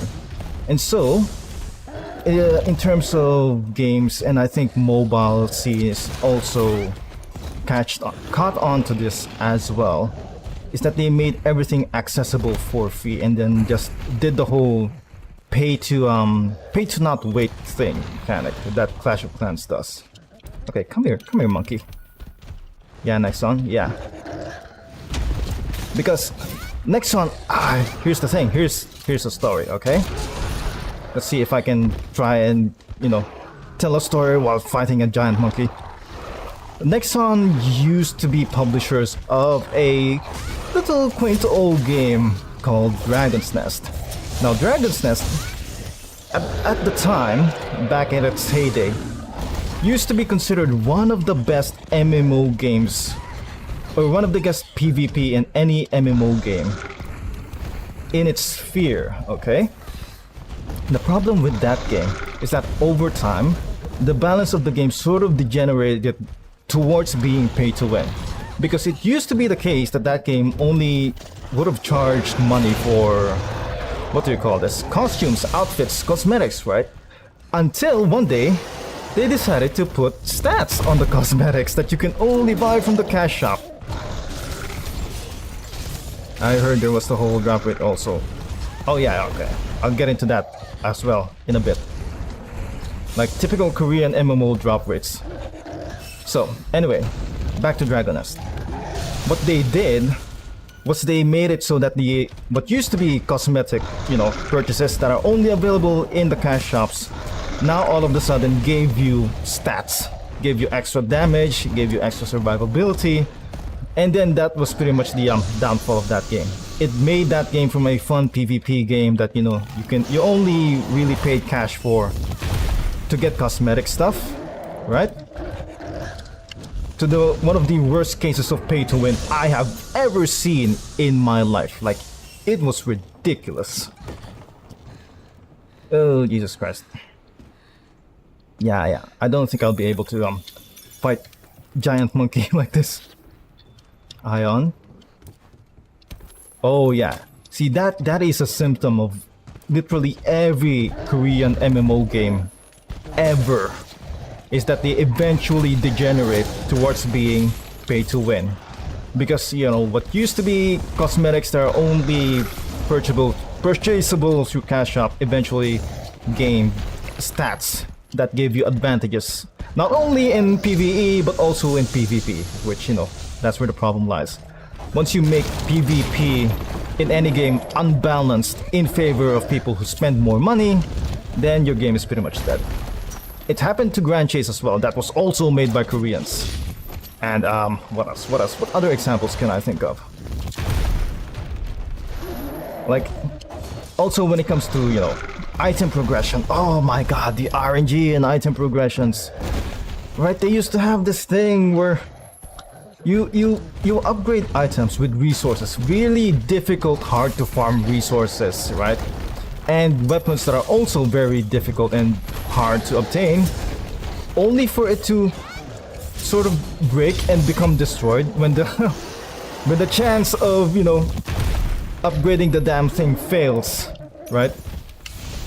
Because it gets to ridiculous places where, like, at a certain point, to be able to be competitive with the meta, you need to upgrade a weapon to a certain level, right? The problem is, those levels would tend to have success rates of freaking 8% and then have 70% chance to become absolutely destroyed and lost. And so you've farmed all of that hours, all of that time, all of that effort, just for the thing you were farming to just be gone, end up in smoke, reduced to atoms, get absolutely Thanos into oblivion.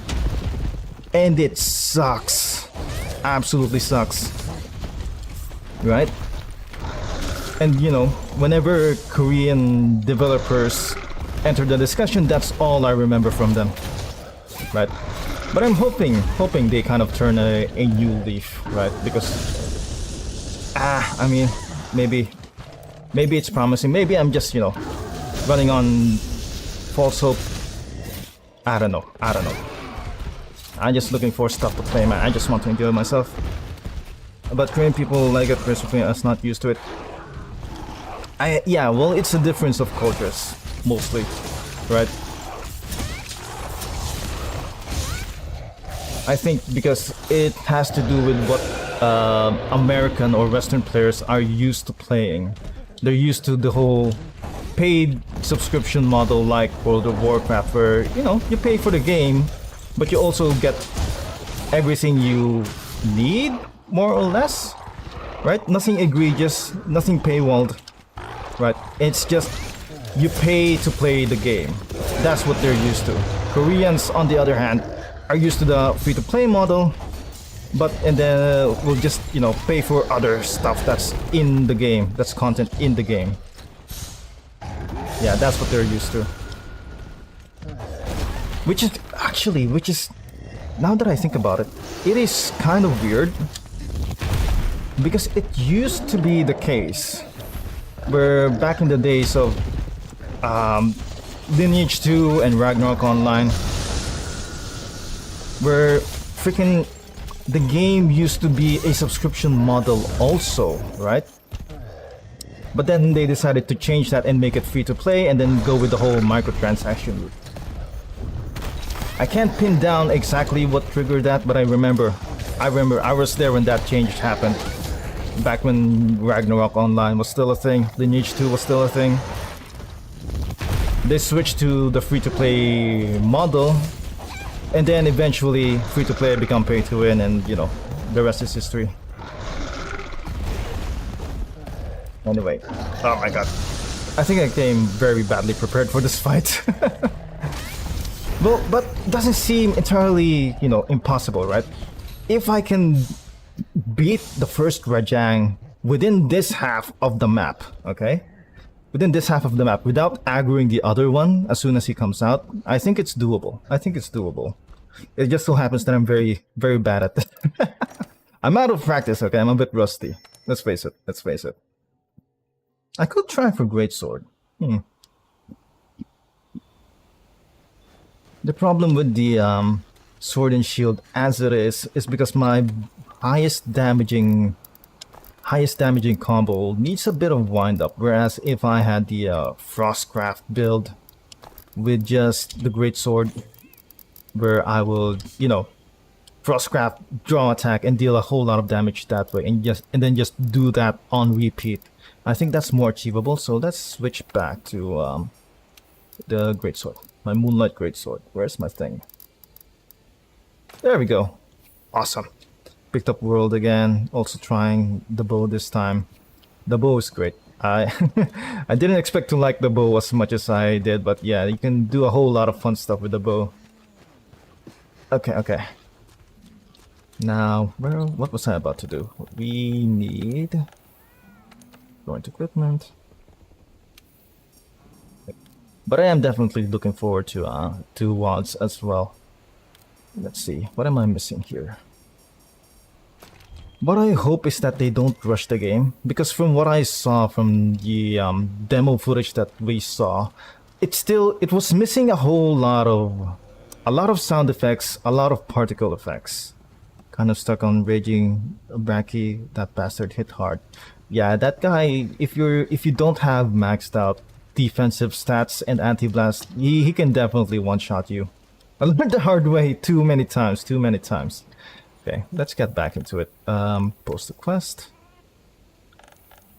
If you want any The primary tip I can give to Raging Brachydios is focus on one part of his body, like the arm or the leg.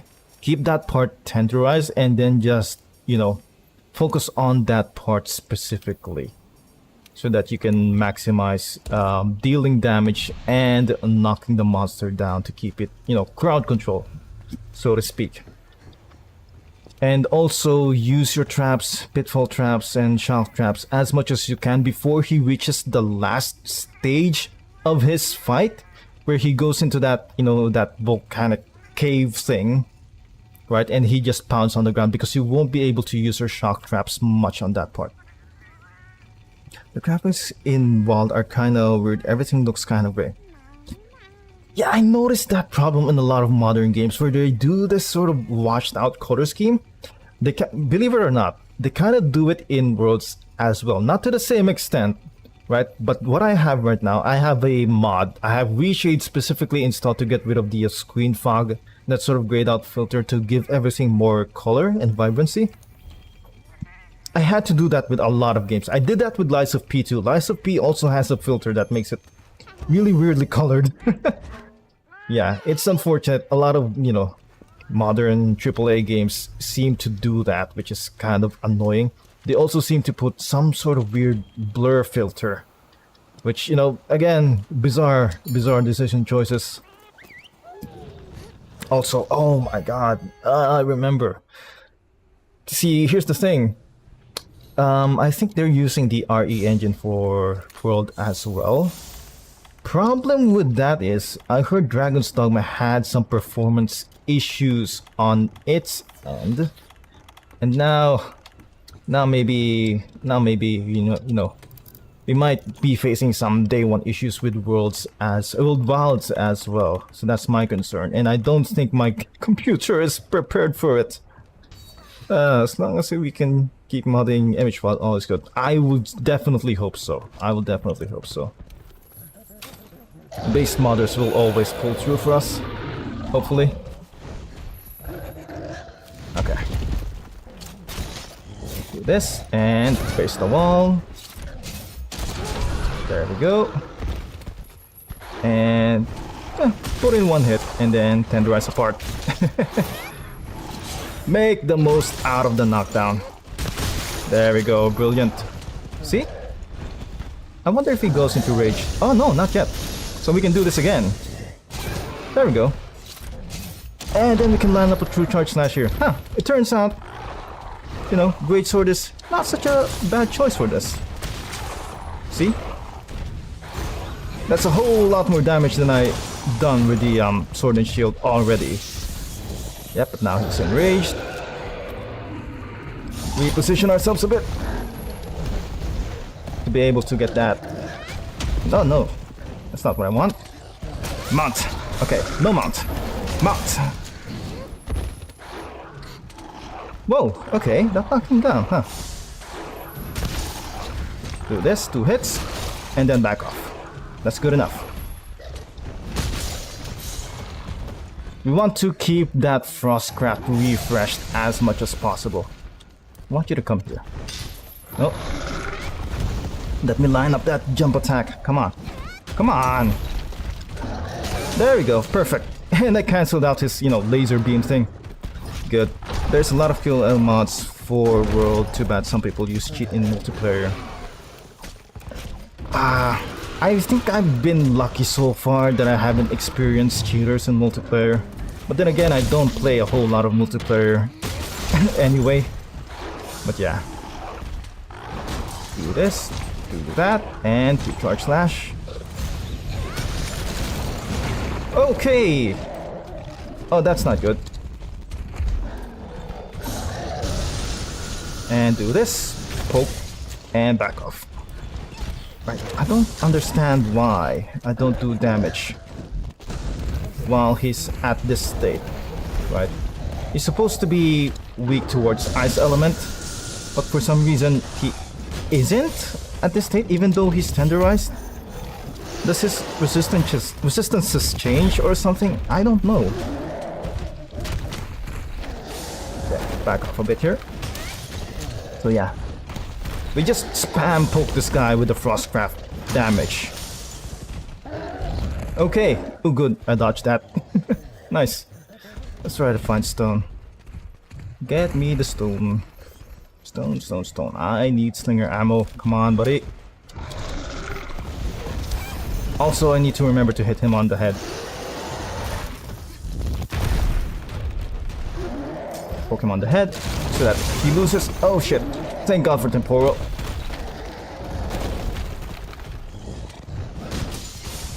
Let's do the COVID tower system back. I never noticed. I mean, I don't think I've tried COVID Tower Siege either. I've only did the event thing, and in the event thing, COVID Tower thing, I've never encountered cheaters as well, and I can say that because I've never completed the COVID Tower special event.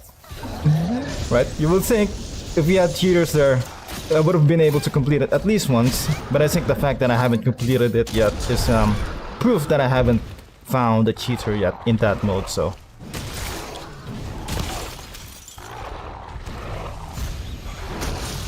There we go. I don't know. I screwed up the combo a little bit, but oh well. That's good enough. It's damage, regardless. Oh shit! Oh my god. Come on, come on. Okay. Very nice of you to open yourself up like that, buddy. What weapon am I using? This is the Volcano Greatsword with a freaking, you know, layered armor that is modded to look like the Moonlight Greatsword from Dark Souls. So yeah. There's a whole lot of mods to make it look like this way, but you know, the Moonlight Greatsword is a modded weapon of its own. I think it's supposed to change the what do you call this? The Lunastra Greatsword. Oh god, he got me with the grab, the command grab. Oh shit! No throw breaks. Great. Oh shit! You know what I realized? I realized that I didn't bring my palico with me. That's why I'm having such a hard time. Oh well, I mean it's not so bad. I think it's good practice anyway to try to fight these monsters without the palico. Especially Rajang, because Rajang is a bitch. Ouch. Bad move. Bad move. Okay, this guy's kicking my ass right now. Max potion, please. Oh shit, just barely missed. There, good. Oh shit. Watch it. Watch yourself.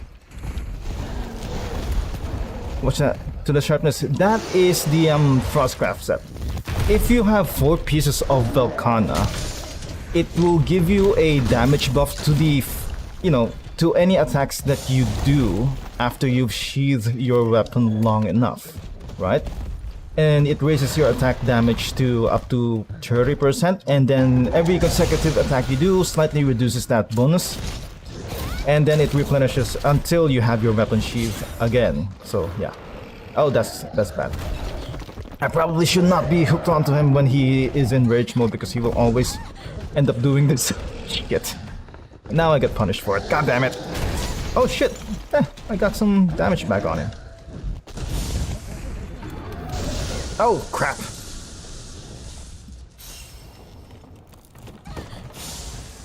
So yeah.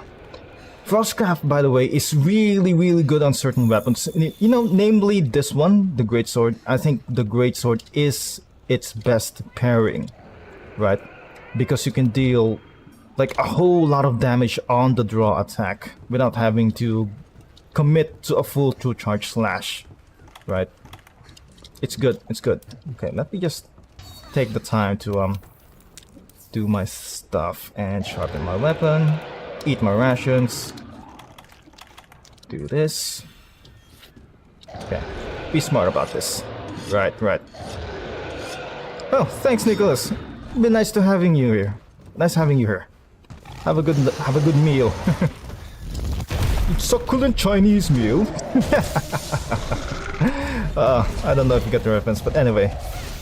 Have a good day, buddy. Oh shit, where am I going? Bye-bye. Bye-bye. Have a nice day. Oh shit. Come on, buddy. Come on. Come over here. Come over here. Do something. Do an attack that I can, you know, punish you with. There we go. That kind of works. I don't take too much damage from that, and I can do this. Oh shit. Come on. Why did I have to get thrown back that far? There we go. And tenderize. Good. Heart's broken. Oh, that's so good. We don't want to aggro the other guy though.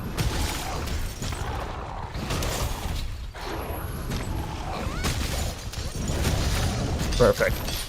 Well, we dealt our damage. Ooh, okay.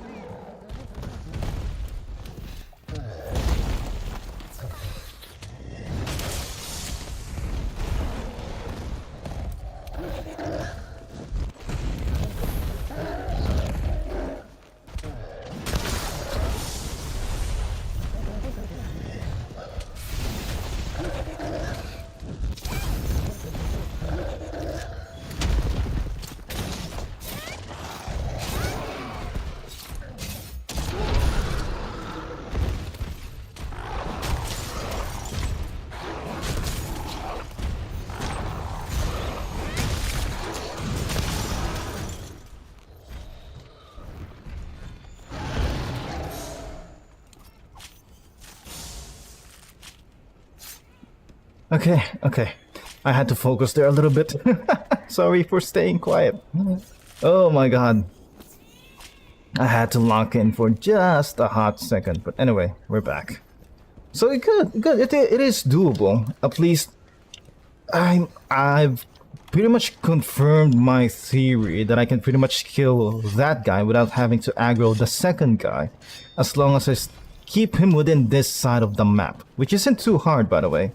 Because, you know, Ryzen is so goddamn aggressive that he will stay on my ass regardless. Oh my god, this guy is huge! Oh. Okay, come on, buddy. There we go. Face the wall. Thank you. Why is this monkey so goddamn big? Jesus. Okay. Do that. Tenderize here. And, you know, business as usual. Oh my god, he's already enraged. Come on. Oh shit, he caught me in midair. You son of a bitch. Okay, do that. Sure thing. Ah, back off.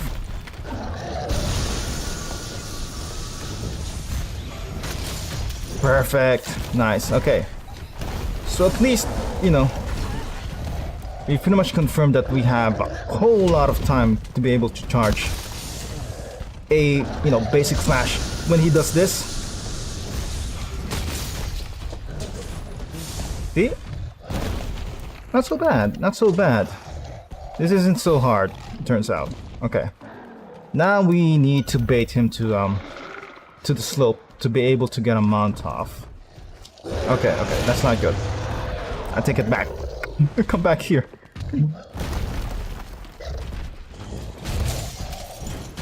Oh, how did that miss? Ouch. Okay, you son of a bitch.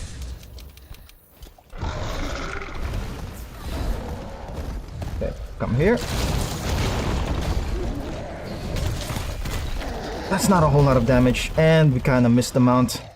Come on, one more time. Ah, shit. Alright, this guy's way too annoying. Yeah, yep, got me there.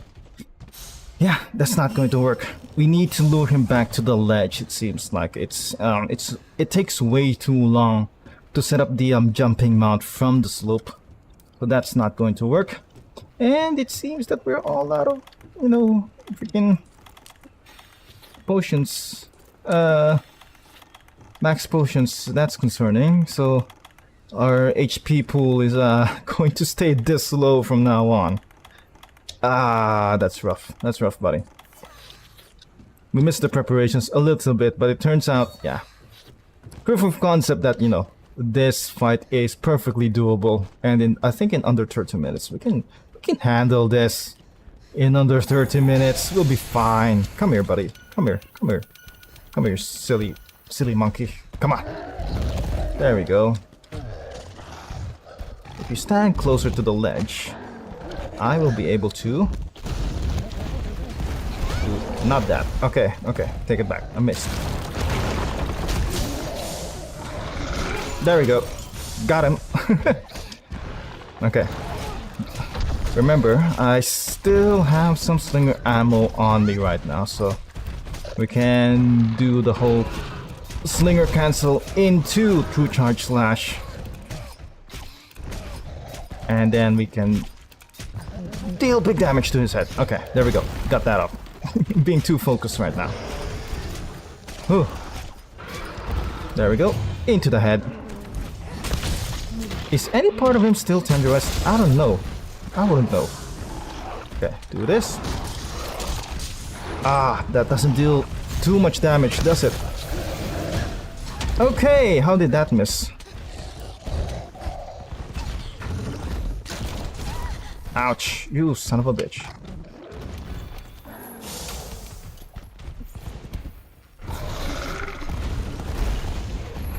Take this, buddy. Come here.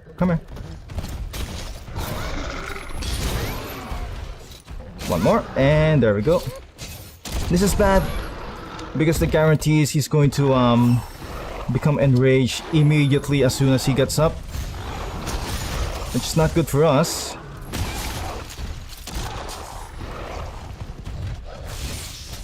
Okay, we missed our window to tenderize there. That's fine. It's not a big deal. Oh, how did that still hit me? Ouch! Son of a bitch. Okay. Let's not miss out on a potion here. We don't have a whole lot of HP to play with. Oh shit! That took damage. Come on. What are you up to? What are you up to, buddy? I need you to be a little bit more deliberate with your movements, you son of a bitch.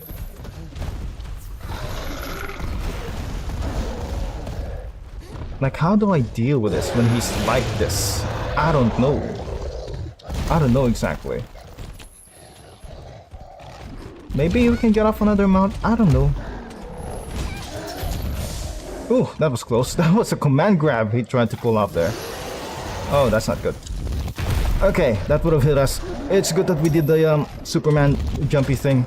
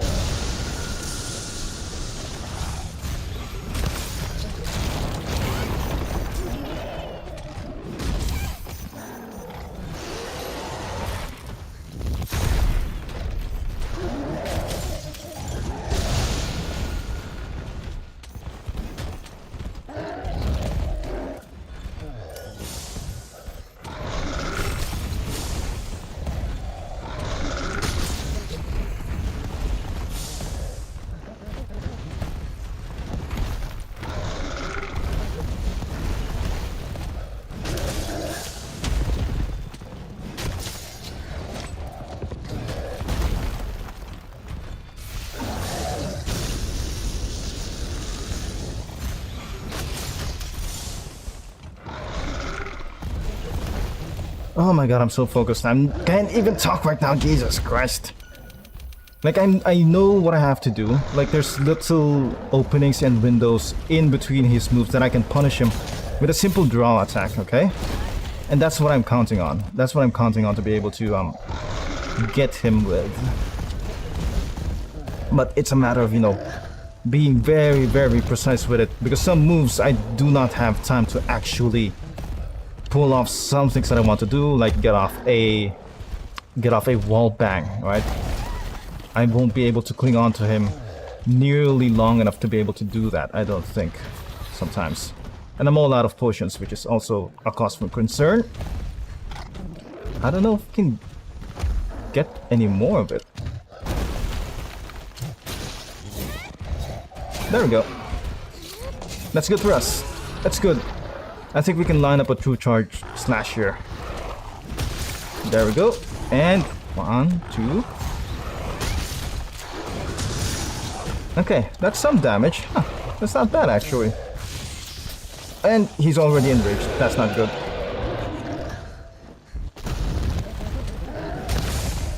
Ah, shit.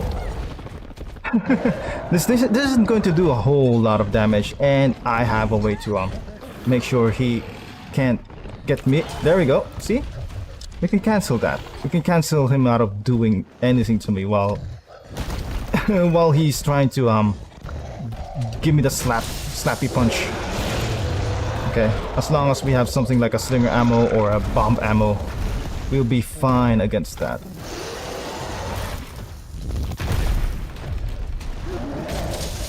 See? See? We have few little tight openings that we can... Yeah. We have a few openings that we can do. We can get him with.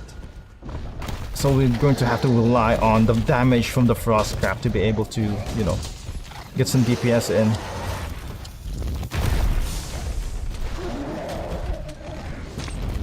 Okay, that was bad. I misjudged the distance there. A little bit, a little bit. Jesus Christ, he's so goddamn fast. Come on, buddy. I wonder if he'll get distracted by courage long enough for me to sharpen. Nope, nope. Instantly makes a beeline for my ass. Never mind. Okay, courage. Courage, I'm going to need you to do a solid for me. Okay, I'm going to need you to put down a thing.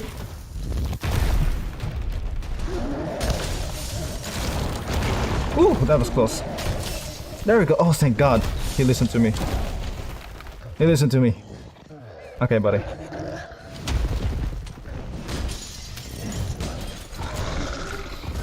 Oh, that's not good. It's not good on my part.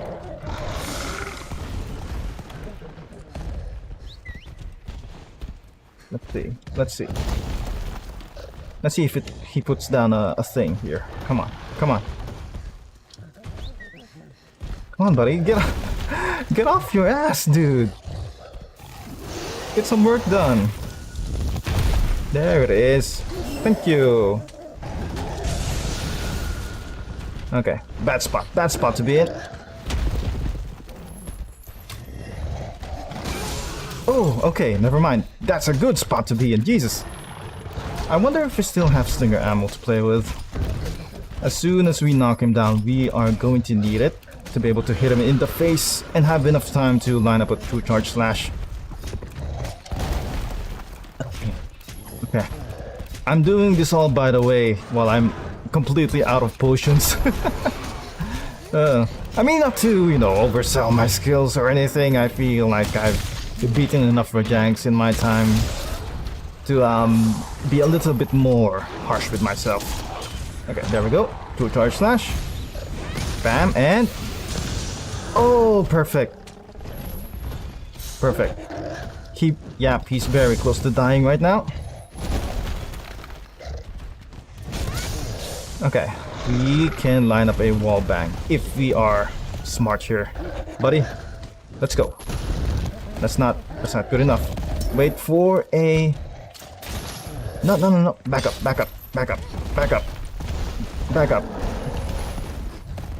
We wait for a clearer window to be able to punish him. Not that one. Okay, what the fuck? Okay, there it is. Oh shit! Never mind then. This is different. Opportunity, hello, and big hit.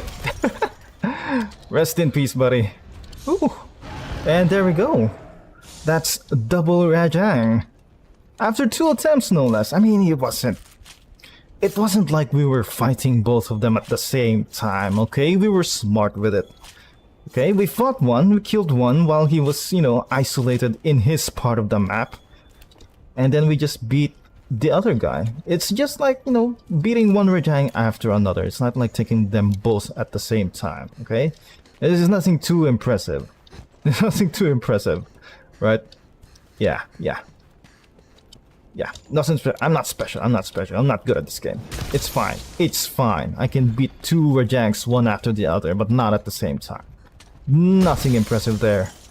Anyway. I don't know. It might be the end of the stream, ladies and gentlemen. Thank you so much. It is 3 AM where I live. I've been up for way too long. Oh my god. Okay, anyway. Before you see any more Ariel, thank you so much, everyone, for, you know, hanging around with me. Oh my god, that is a lot of rewards. Jesus, thank you. Thank you so much, game. Ladies and gentlemen, for my boy Courage, I will see you again in the next stream, okay? Tata and farewell. But for now, you know, get the fuck out of here. Bye-bye. Bye-bye. I will see you next time. Goodbye. Goodbye.